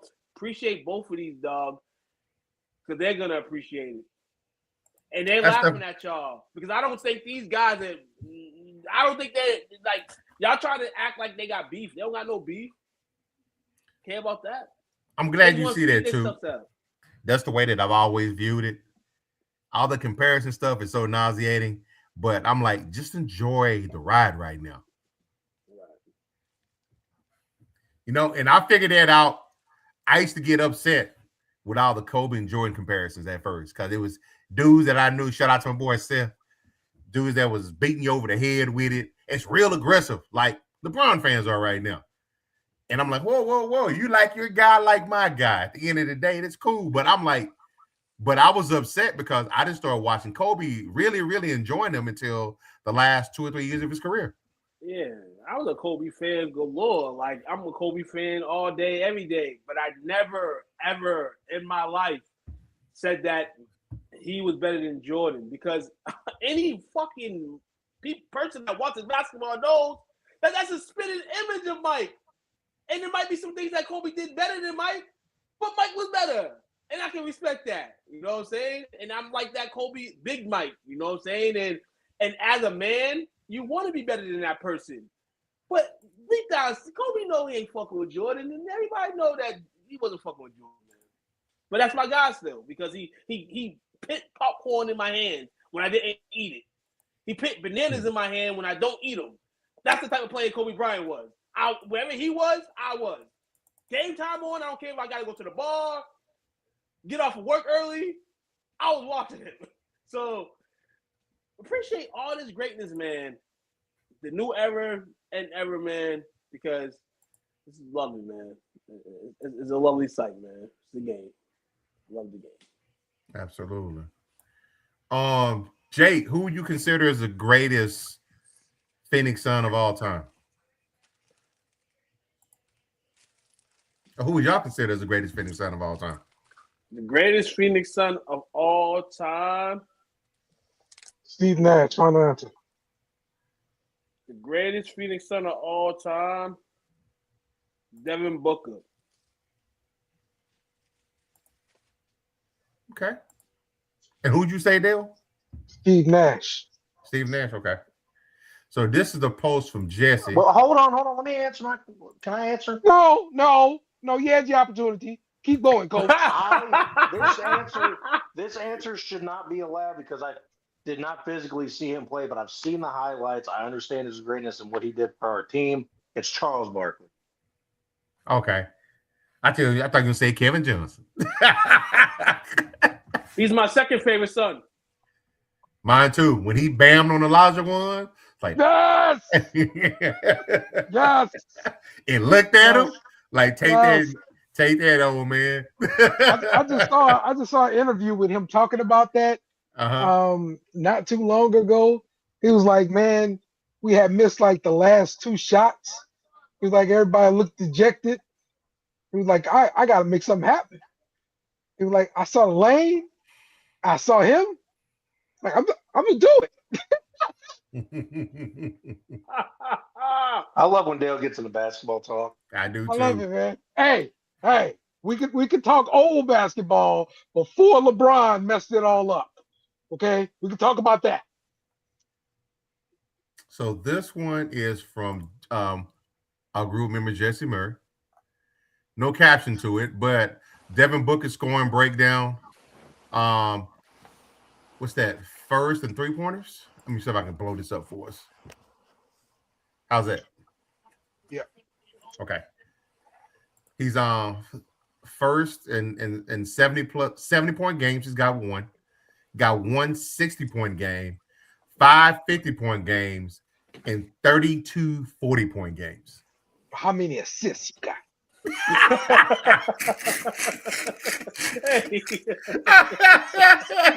That is the funniest ever. How many assists? Hey, yo, he's a bucket getter.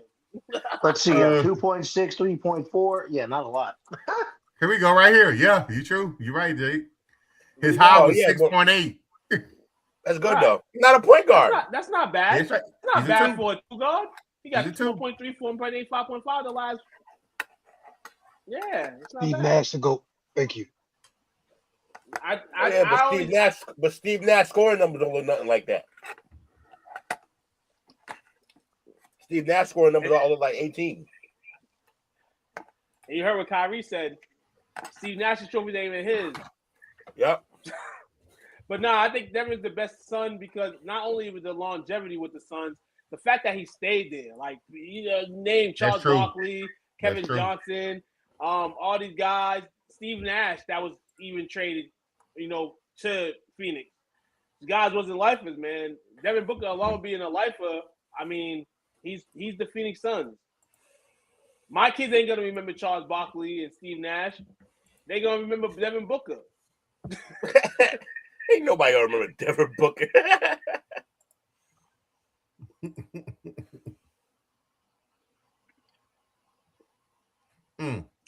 Dan Marley.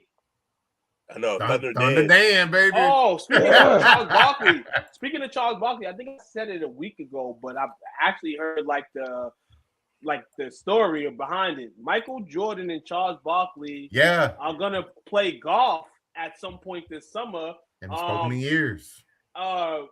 Friend in between them, I think his name is Vince Coleman. I think he was a former baseball player. I was with Michael. We called Charles and basically Charles like, yo, I'm sick of you and MJ going do this stupid crap back and forth. He said, y'all got to talk, man. I'm with him right now. I'm pitting him on the phone. So Charles and Mike talked on the phone, you know what I'm saying? And said, when the summer, Charles' summer starts after the NBA whole thing, he going to go hang out with Mike, play some golf, and hopefully, it's the extent of the old relationship that they had, man. And that's dope. I loved it.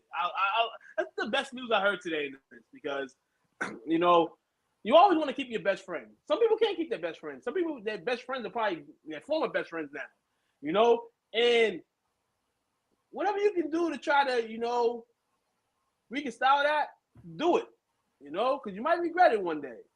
You don't want to regret it on the day that, where there's a million people at the funeral and you feel like you still ain't, pay your respects because of how respectful the relationship was then. So, you know, sign to anybody that, you know, going on beef with their best friends or whatever. Hash it out. If you can. Now, if you do some slimy stuff, give him the tombstone private driver with Ric Flair's chair. You heard? Yeah, boy. The golden goose. 2-piece and a soda. But yeah, man. Enough Sunday praying on Monday. All right. Y'all ready for a little Jakey Jake time? The Niche. Let's get it. Welcome to Jake's NASCAR Niche, where we dive into the twists and turns of the racing world. Let's get ready for Jake's NASCAR Niche. Man, I'm so badass. I get 2 intros. You see that, Will? Did you see I was in that? my wrestling mode that I'm night. so badass. Hey, so Dale, I need you to watch the celebration for this. Let me see. You can get it pulled up When here. Coach pulls it up. But Is it real the quick, first one or the second one? it's the second one. Okay. I got to say this first. Dale, you're going to love this. Those two. Stand back. There's a hurricane coming through. Hurricane Hocevar scores his first NASCAR Cup Series win. Carson Hocevar is, I think, a 21-year-old driver that just got in the Cup Series last year. He won the Rookie of the Year last year. Didn't take any wins, but he's inching closer every time. He's got a super fast car. He's constantly in the trucks. Well, at Talladega this weekend, he finally got his first win. You got to play the whole thing. So this is his way of playing homage to Dale Sr. Dale Sr. was able to get in the window of his car and drive it for the he almost caught that, and was able to drive it from the window. I've never seen anything like it before. But yeah, no, this kid's been scratching and crawling his way to be able to get this win. Talladega is a tough track. It's the biggest track in NASCAR. Lots of wrecks. The big one happened early in the race, shockingly, and took out like 15 cars. But he was at the front all day. And he was battling with Chris Buescher, all the Fords. Chevys normally don't do well at Talladega. Toyotas do even worse. It's always powered by the Fords. And something about the Spire team with the 77 car and the 7 car were just able to stay up front and do it. Luca, baby. But unfortunately for Carson, during the celebration of wanting to do this, nothing bad happened. He didn't get hurt. There's a part of the celebration where you get to do a burnout, right? We're all excited for the burnout, right? Right. Well, he finally gets to the crossing the start finish line. He needs to turn his car. I've never seen anyone figure out how to turn a car from sitting on the door. Well, he's going to start turning it, but the problem is when he turns it, Looks like he he's can't cranking slow one it out. down. Watch this. He hits the wall. But My man watch about him. to die after a win. Watch him. Boom. Oh, man. But he gets to do the burnout. He completes it. There we go. I did it. That's good. That works. Take the I thought he was pictures. going to go flying out of the car. Man, it's Take frozen. the pictures. It's great. Hey, nah, Take the I heard pictures. everyone's going to Chili's this week, and Jamie even said we're going to Chili's. I'm looking forward to it. But, Hey, listen here. Chili got the smacking $10 deal, dog. Hey. Yeah, $10.99 deal. That's good Hey, stuff. I like they got that. some of the best appetizers, too, I swear. So Yeah, was I that got the busting. was that the homage to Dale Earnhardt when he hit the wall? No, not the wall part. It was Oh, the sitting shit. on the window. Oh, my God. Oh, wow. This dude is terrible, man. He is We the just got real worst, dark in here. bro. Damn. Hey, this man's vicious, man. He's vicious. Nobody gets a pass with Will. Oh, God. I did So that here we with that new are. mic is We've in. got the standings now. We've got, I think, 17 races to go. Chase is going to be starting here soon. With that win, Carson Hocevar jumped to 8th place. Ryan Preece had a decent jump because he won a stage this week. But as you can see, with 5 wins this year, Tyler Reddick still stands at the top, doing pretty good. Up 100 on Denny. Other than that, it's pretty close all the way down through. Chase Briscoe's right behind the cut line because Hocevar jumped him with that win. It's tight. These guys want to make the first chase in 15, 20 years. And Talladega, this is actually a neat little fact that I picked up while watching the broadcast. Talladega has now 13 first-time winners at that track. There are some drivers that have only won at Talladega. One race, one win, Talladega. But this is Carson Hocevar was the 13th driver to win his very first race, and it was at Talladega. I thought that was crazy. But Talladega is so unpredictable. You see a lot of people that, might not win somehow end up at the top because there's always that one big wreck. If I could find that, Dale, I know that'd get you excited. You know what? I'm going to look for it real quick. 2, co-host, what you got? My man Bubba ain't got no wins yet, dog. Actually, he caused that wreck. Yeah, this man's over here cursed, man. My man over here cursed. I haven't heard Bubba's name, man. So hopefully my man Bubba get in. We haven't heard from you in a couple weeks, Jake, man. Don't ever go a week without doing the NASCAR niche. I don't care if there's no races. We need the NASCAR niche every Monday night. You heard? Yes, sir. Yes, sir. We need the right. NASCAR niche. There you go, Coach. I just sent it to you. Here you go, Dale. This is the big one from Talladega this week. It was not entertaining, but it was interesting for sure. I know Dale likes the wrecks more. That's why a lot of people like watching hockey for the fighting. A lot of people watch racing for the wrecks. Watch people potentially wrecks and potentially get hurt. This is bad. Will, shut up. This is bad for business. Are there any Asian drivers? Just Jake. They got to be one. There goes Bubba. Oh, boy. God damn. Took out half the field. Only 4 drivers survived, apparently. That's insane. See what happens when you let one of them in? Again. Yes.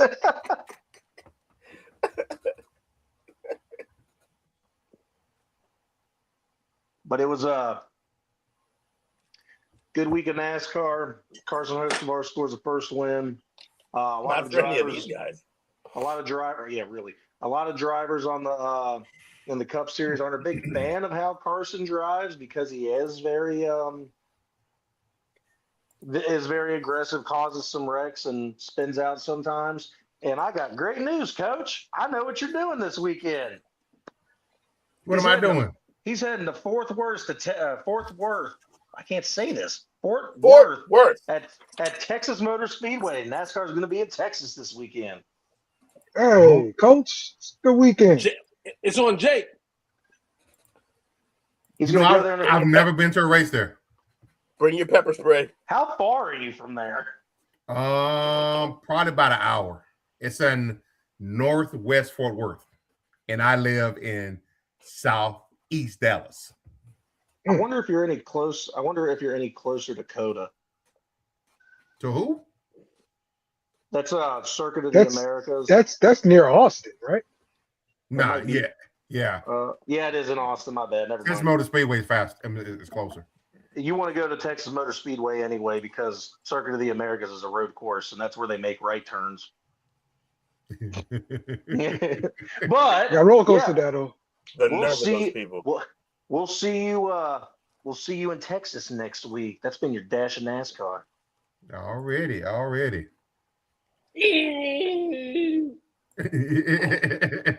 Someone can get that engine checked. The exhaust sounds a little loose. I was part of the race yesterday, man. I was part of that car pile. That car pile up. Yeah, one of the ones that hit the wall. He said, So Dale, yes, who was the quarterback that y'all signed this year for LSU? Not Sornsby. Well, that's the reason why I was asking, because I would say y'all dodged the bullet. We did talk to him though. We brought him in for a visit and everything like that. So yes. And he took the Definitely. money from Tech. Yes.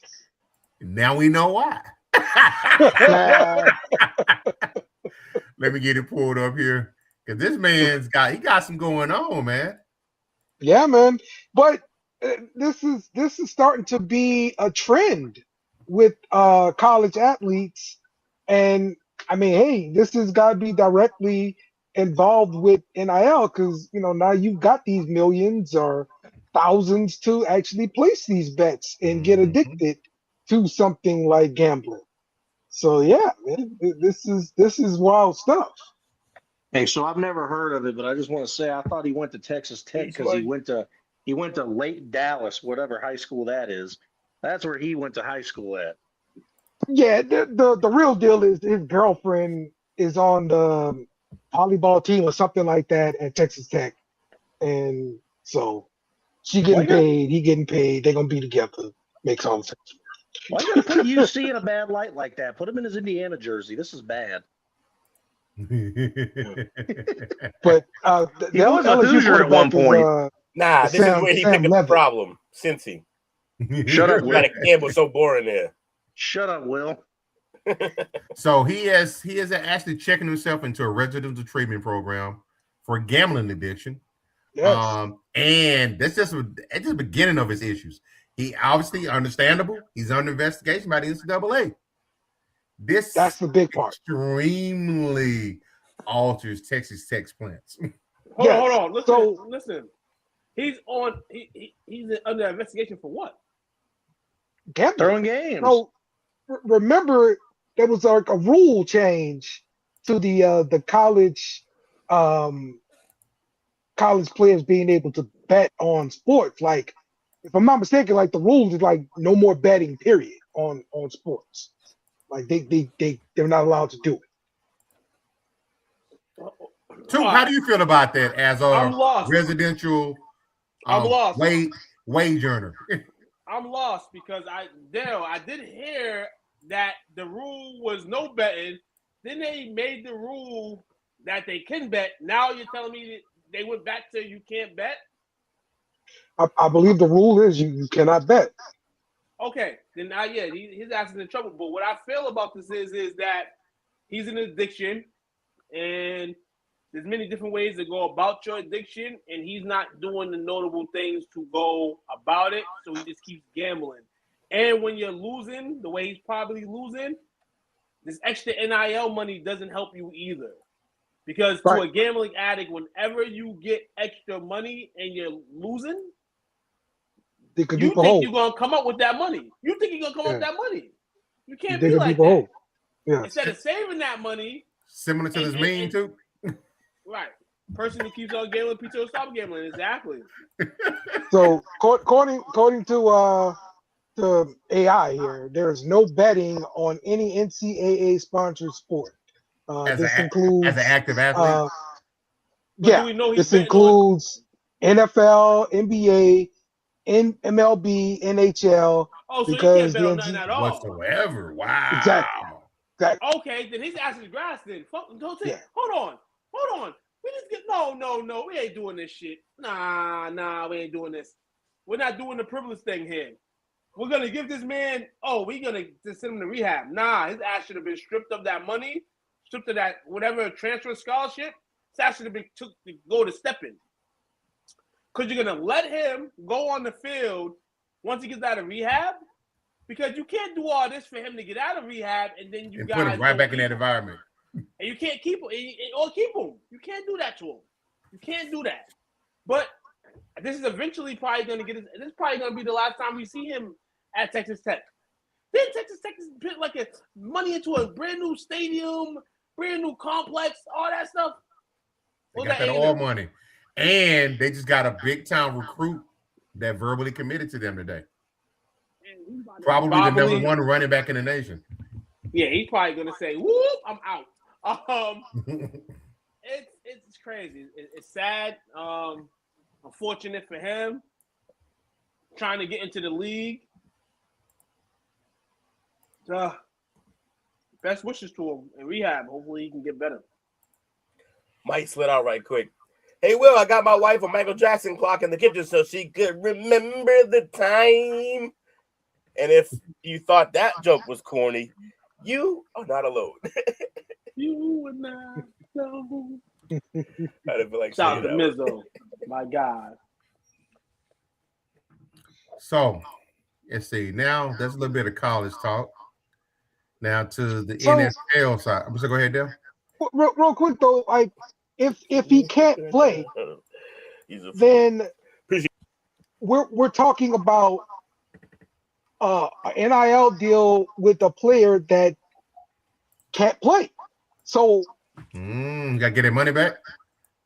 right, all right. So are these contracts, are they guaranteed, or is it like, hey, if you play X amount of snaps or whatever, you're gonna get this money, and if you don't, you get this amount of money?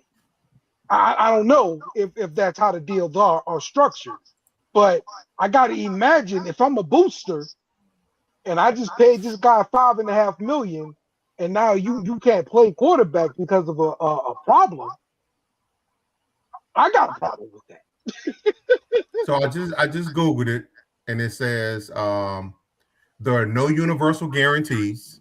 Payments for NIL contracts are not guaranteed for all athletes. The amount an athlete can earn depends on the terms of the specific contract, the marketability of the personal brand, and the willingness of companies to engage in endorsements. That middle one is going to hurt them. Yeah.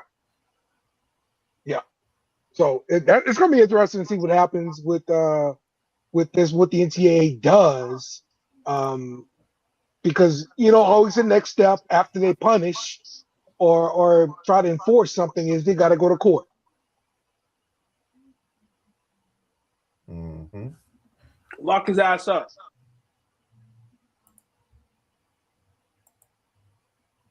You lock him up too? Nah, I ain't gonna lock his ass up. But like I said, man, it's tough, man. It's tough when you got a strong addition like that to the point where you get in trouble for that shit. Okay, so can't risk a job. NFL headlines. Hall of Famer Lawrence Taylor's been hospitalized. Not life-threatening, but stomach-related issue. Yeah, stomach-related issues also always turn into shit like that in the future. Prayers for LT though. He's had a long road. Trust me.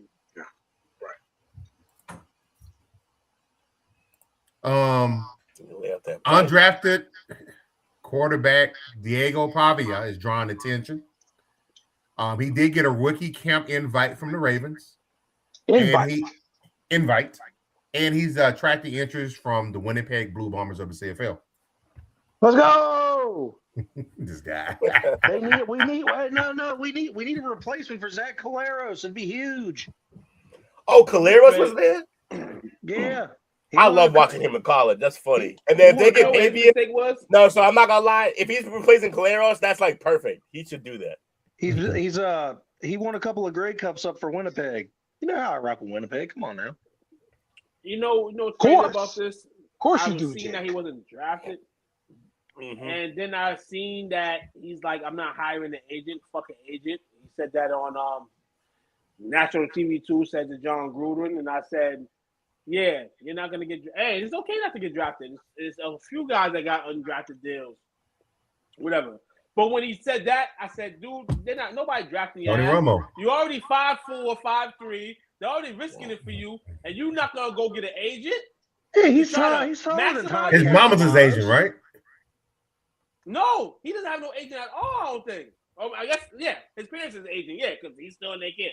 But yeah. Yeah. It was kind of awkward. that was so ruthless.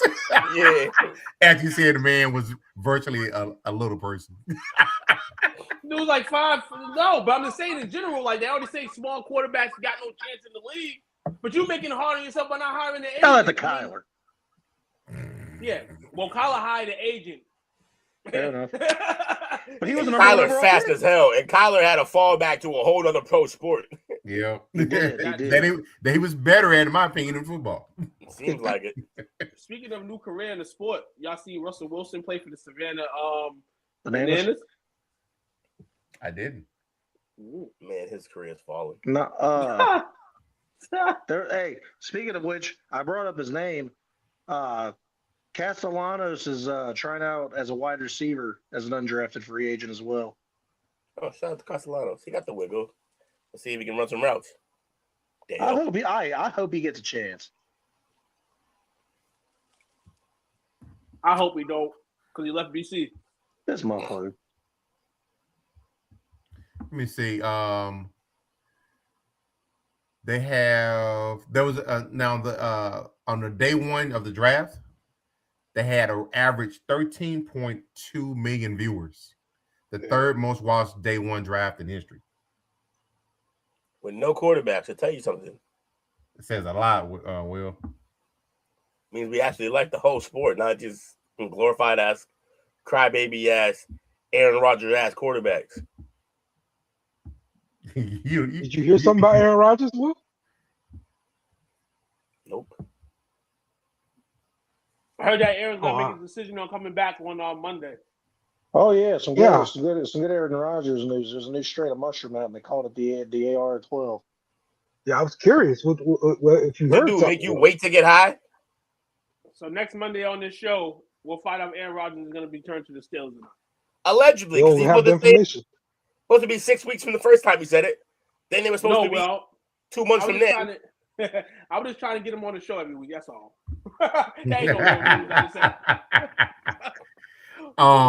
Bills have shut down trade interest for Keon Coleman. As they should. As they should. Well, then throw him the goddamn ball in. That's me saying that. That's a fact. Mike Tomlin explained his Steelers departure. No surprise. It had to do with the lack of recent postseason success. Yeah, absolutely. We all screamed after every postseason he didn't make it or lost in the first round, he should go. That's a bad reason to give up free money. They just get tired of this shit. Yeah, forget that. It's free money. Money leaving on the table.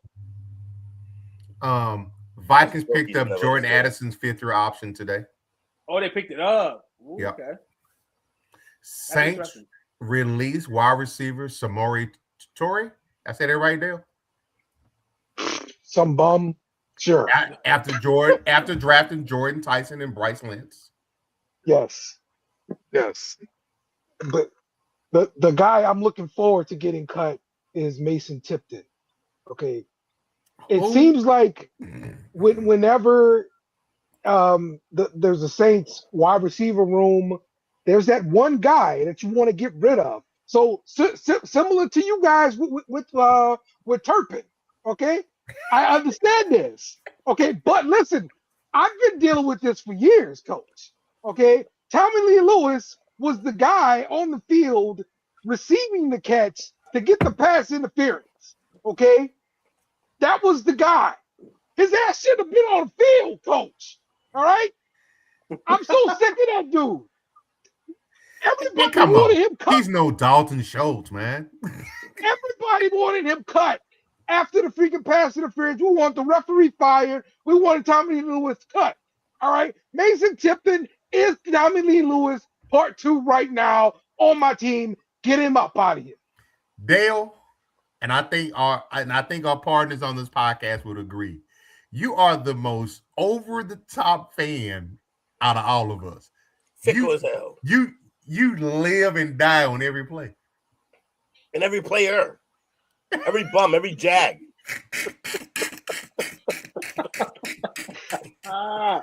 Dale, we're gonna have to take a phone. I know we said we're gonna do a telethon last week. We had to change. We're gonna do a telethon for Dale. Well, my man's gonna need some pain meds for the headaches he's about to go through. We got to get him some more so he gets some designer bags.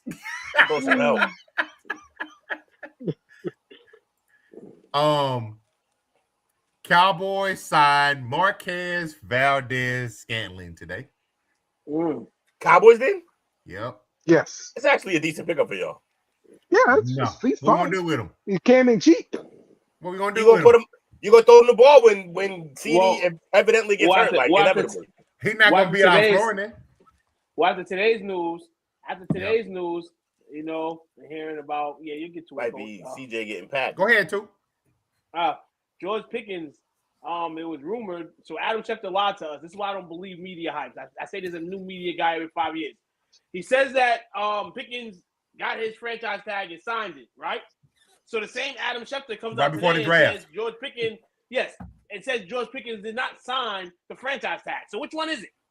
So the reports are now that George Pickens didn't even touch the sheet to sign the franchise tag. Yeah, Then I was surprised to find out. I was surprised to find out that he signed it, like days ago. This makes sense. So, but there is a risk involved because the team can always pull back the tag, and then you left with nothing, So there is a risk involved with signing the tag or Jerry, not signing it. Jerry, take that tag back. Jerry, take the tag back. This makes sense though that you heard one thing before the draft because they didn't want to be pressured on that day to draft a receiver. That's true. Right. That's true. Yes. Especially when motherfuckers. Yeah. Also, too, I don't know if you heard or not. They're saying that my guy may not be with us after this year, even though he's hurt. Even though he's hurt, but he's one of my favorite Cowboys currently. He got a new agent. Overshown. He got the same agent as Mike and David Mulligata. Future Texan. Future Texan. Yeah, that would hurt. That was so Overshown. Lead us to the promised land, Overshown, and I won't be too mad at you if you leave. Nah, you gotta be mad either way because if he bounces, you only really got what, a year and a half of him at max. Yeah, because he missed the whole first year. Mm-hmm. I just think I think that news right there just kind of blends the player that we think he can be. So let's see if he's that player this season, and then all this will make sense. But if it doesn't, and he plays below, Dallas got his rights. He good. We'll be out. This one kind of surprised me, but then I thought about it. The Eagles exercised 2 fifth-year options. One on no linebacker Nolan Smith, the other on defensive tackle Jalen Carter. Of course not. But Smith, I was surprised about. I was surprised by Carter. Really? Because Davis already got paid. In the rumors that were coming out before the draft, that Carter may be available. I think the behavioral stuff that we see from time to time, it may be wild in the locker room. You got him. You got AJ acting the fool.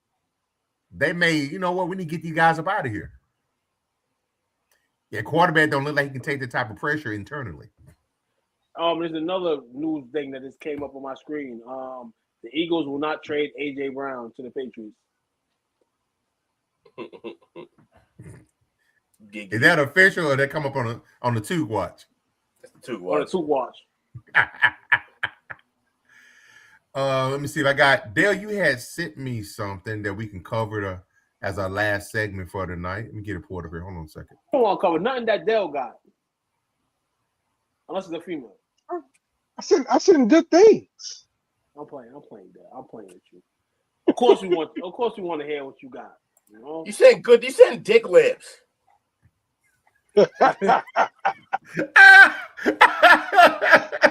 you laugh at it every day. Every day. You're welcome. Dale, your screen frozen, Dale. My man's screen frozen. All I see is his teeth. Damn, Dale.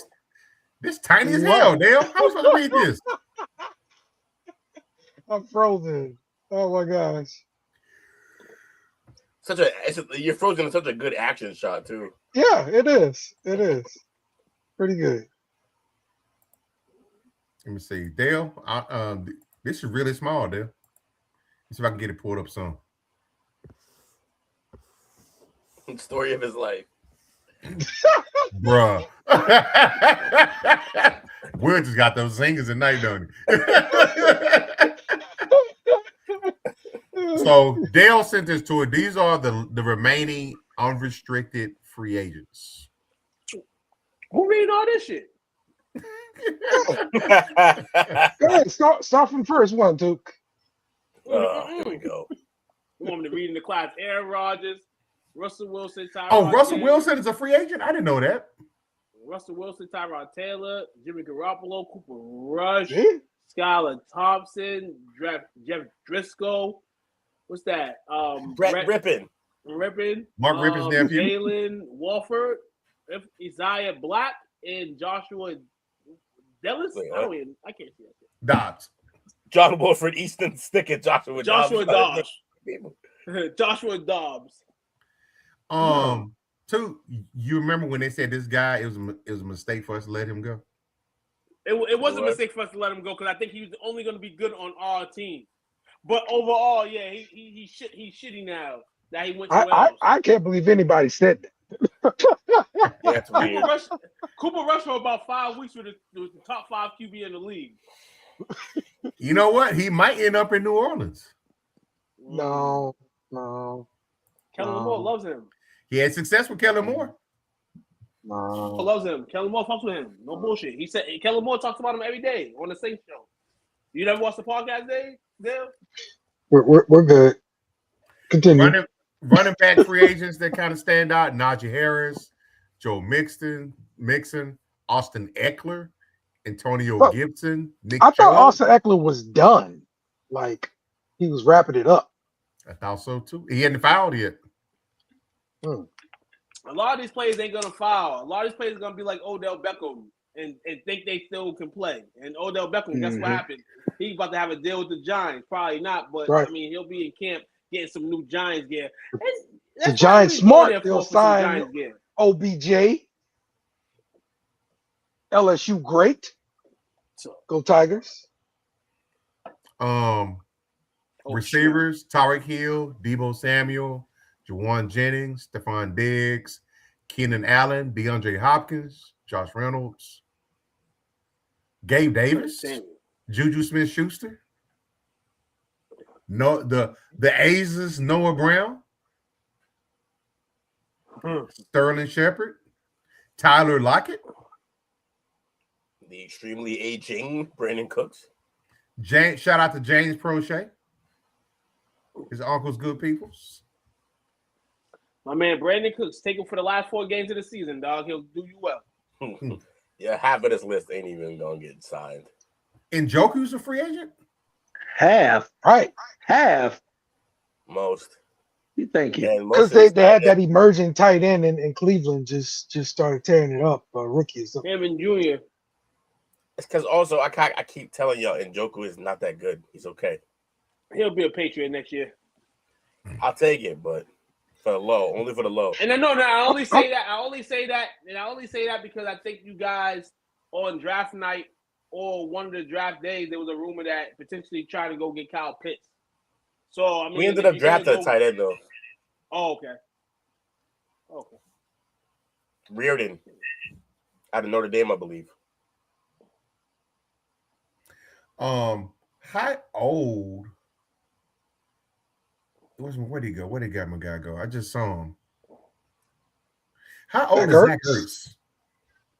Ertz? He got to be like 32, 33, huh? Who you talking about? Zach I'm thinking he might have played with McNabb. He's definitely longer than two. Maybe just barely no. Like maybe just barely no. He was right. Plus, he done fractured his ankle a bunch of times. The dude is paper.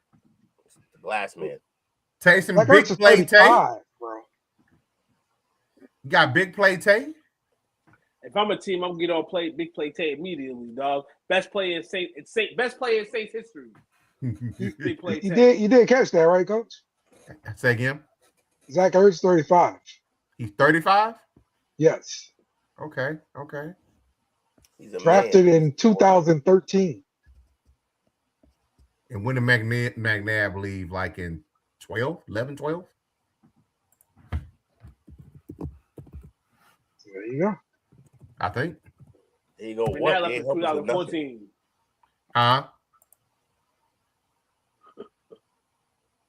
Oh, he left in 2009 with the Eagles.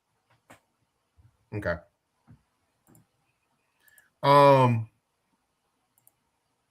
Where'd he go? Here we go.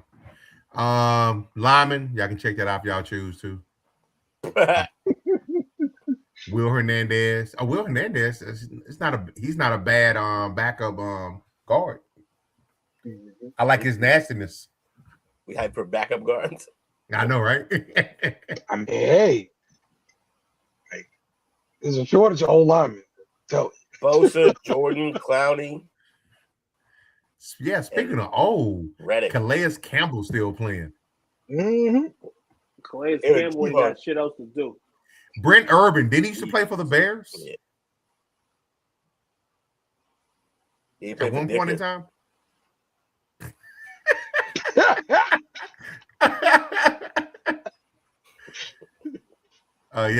Will say Clowney. Reddick still out there. Calvin Noy. The wonderful Marcus Davenport. Marcus, what's up, Mark, baby? Leonard Floyd, Von Miller still out there holding on. So imagine your team trading up in the first round of the draft, and all the pundits are like, it's got to be the quarterback. It's got to be the quarterback, and it is Marcus Davenport. That's what we did.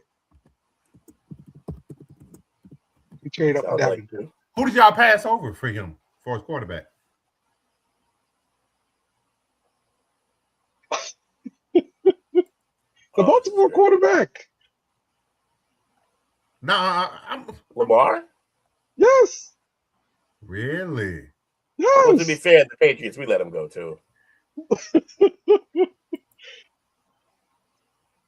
Wow. We traded up for that bum.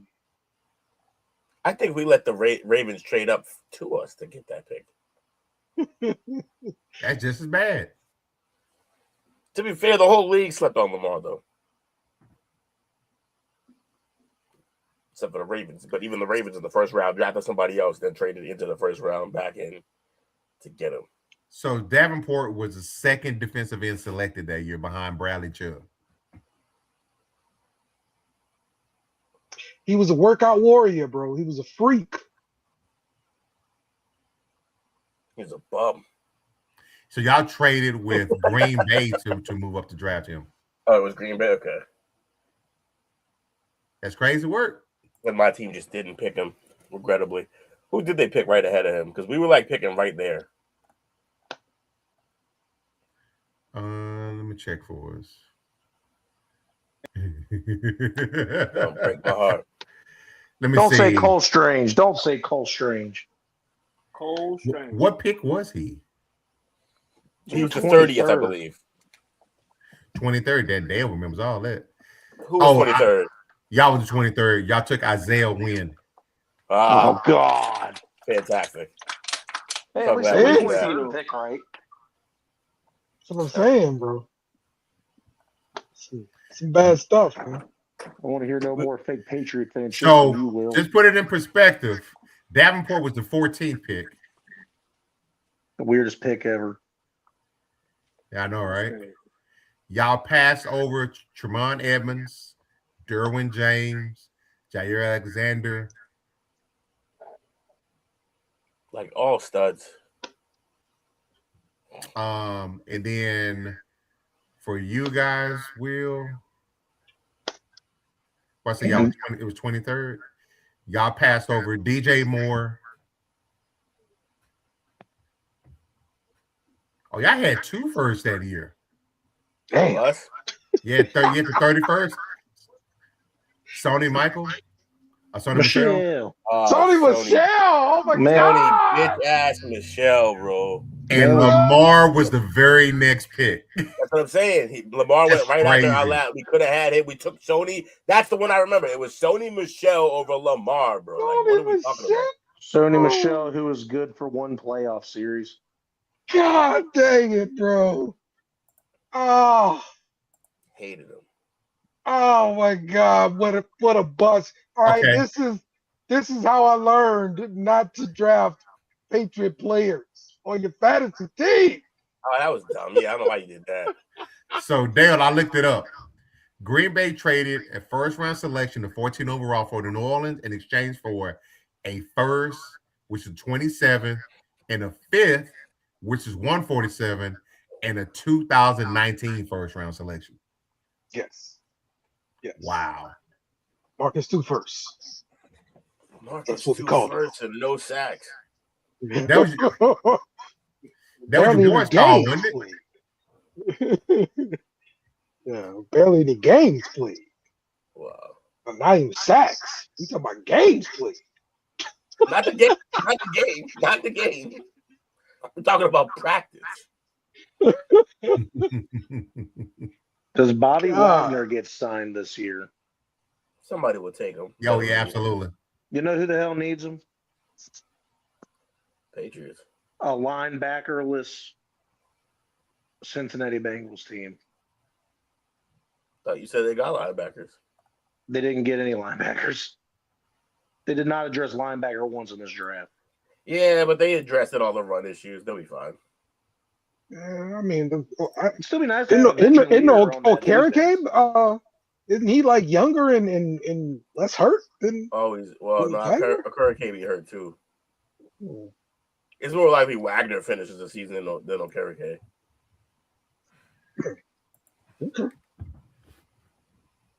All right. Good stuff, Coach. Good stuff. I appreciate you guys, gentlemen. No, Y'all rock that out as always. Who's your shout outs tonight? Shout out to you, fellas. Like, share, subscribe. Shout out to the plug. I'm stealing everybody's shit. Okay, looks like we're gonna do the STWF TV reviews tomorrow on Invincible after the chop up. So check us out. Which seasons? All the seasons? Sure, we'll talk about everything. It's a lot. mainly season 4. Okay, good. Shout out to Dale, y'all, are we man. going to end up doing a review show over the Hogan documentary? I'm in for that. We I'm in for that. We can do We can do that. I mean, we can break it down next week to where we have some topics, and then we spend half of the Monday show. Since Coach, I'm just doing it on Coach's availability. We can second half of the Parlay perspective next Monday. We can review Hulk. Okay, I'm done with it. What channel is it on? Netflix. Netflix. It's on Netflix? All right, word. It's 4 parts. 4 Oh, parts. Bengals. Emotional. Y'all know I hate Hogan. Why I do you hate hate Hogan Hogan? I hate Hogan about as much as I hate Aaron Rodgers, bro. Why do you hate Hogan? Well, for starters, like, He's a real American. Because he's a He didn't hoe. give Will his shit on his head. no, that was Brett with the glasses. That's why I hate Brett. You went in that with a pipe dream. I was in the 47th row. Yeah. Hey, check it out and let me know what you think. Now, you can still hate him afterwards, but you won't be able to discount what he did for wrestling. No, I know what he did for wrestling. I know what he did for racism, too. What? Kill people's pushes? But He killed you know what? people's pushes. What do you mean what he did for wrestling? I'm gonna save it for next week. I got some hot. Yeah, watch the questions for show. y'all. Watch the show. I got. Yeah, watch. Yo. I'm gonna tell you, Will, to watch the show because as the last couple of days have been going, even without me watching the show, yo, the media can fuck a lot of shit up. Watch the documentary. So we go blame it. All right, okay. No. Those motherfuckers lost a court case and went real petty real quick. It's funny. I'm gonna watch it. So yeah, nah. It was just Fuck yeah. I'm gonna watch it. Based on what you gotta watch that shit. Tune in. It's a man with the skin of leather. Shout out to you fellows, man. It's always fun as always. Let me see. Shout out to Mike, Brandon, Chris, Cash Bandit, Keith, Kenneth, Russell, 1158, and Bobby. Appreciate y'all Bobby hanging out was in with the the boys building tonight. tonight, dog. A rare Bobby sighting. Bobby, hardest working man in the restaurant industry. Go check out the new restaurant, old restaurant. You know Bobby, man. He got chains. You heard? Chains. For Hey, days. my final shout out guys on the show know it already, but happy belated birthday to my son Cooper. He turned 10 yesterday. He's a badass. Happy Cooper. birthday. I'll take Cooper over Cooper Rush. All right. Give me Coop. So appreciate you guys. I got a message that just came up, so I got to take this. With that being said, tune in tomorrow night to the chop up. Hang out with your boys. Will send us out. Thanks for watching our show. Remember to subscribe for more shows on the network. Smash the like button, share, and comment.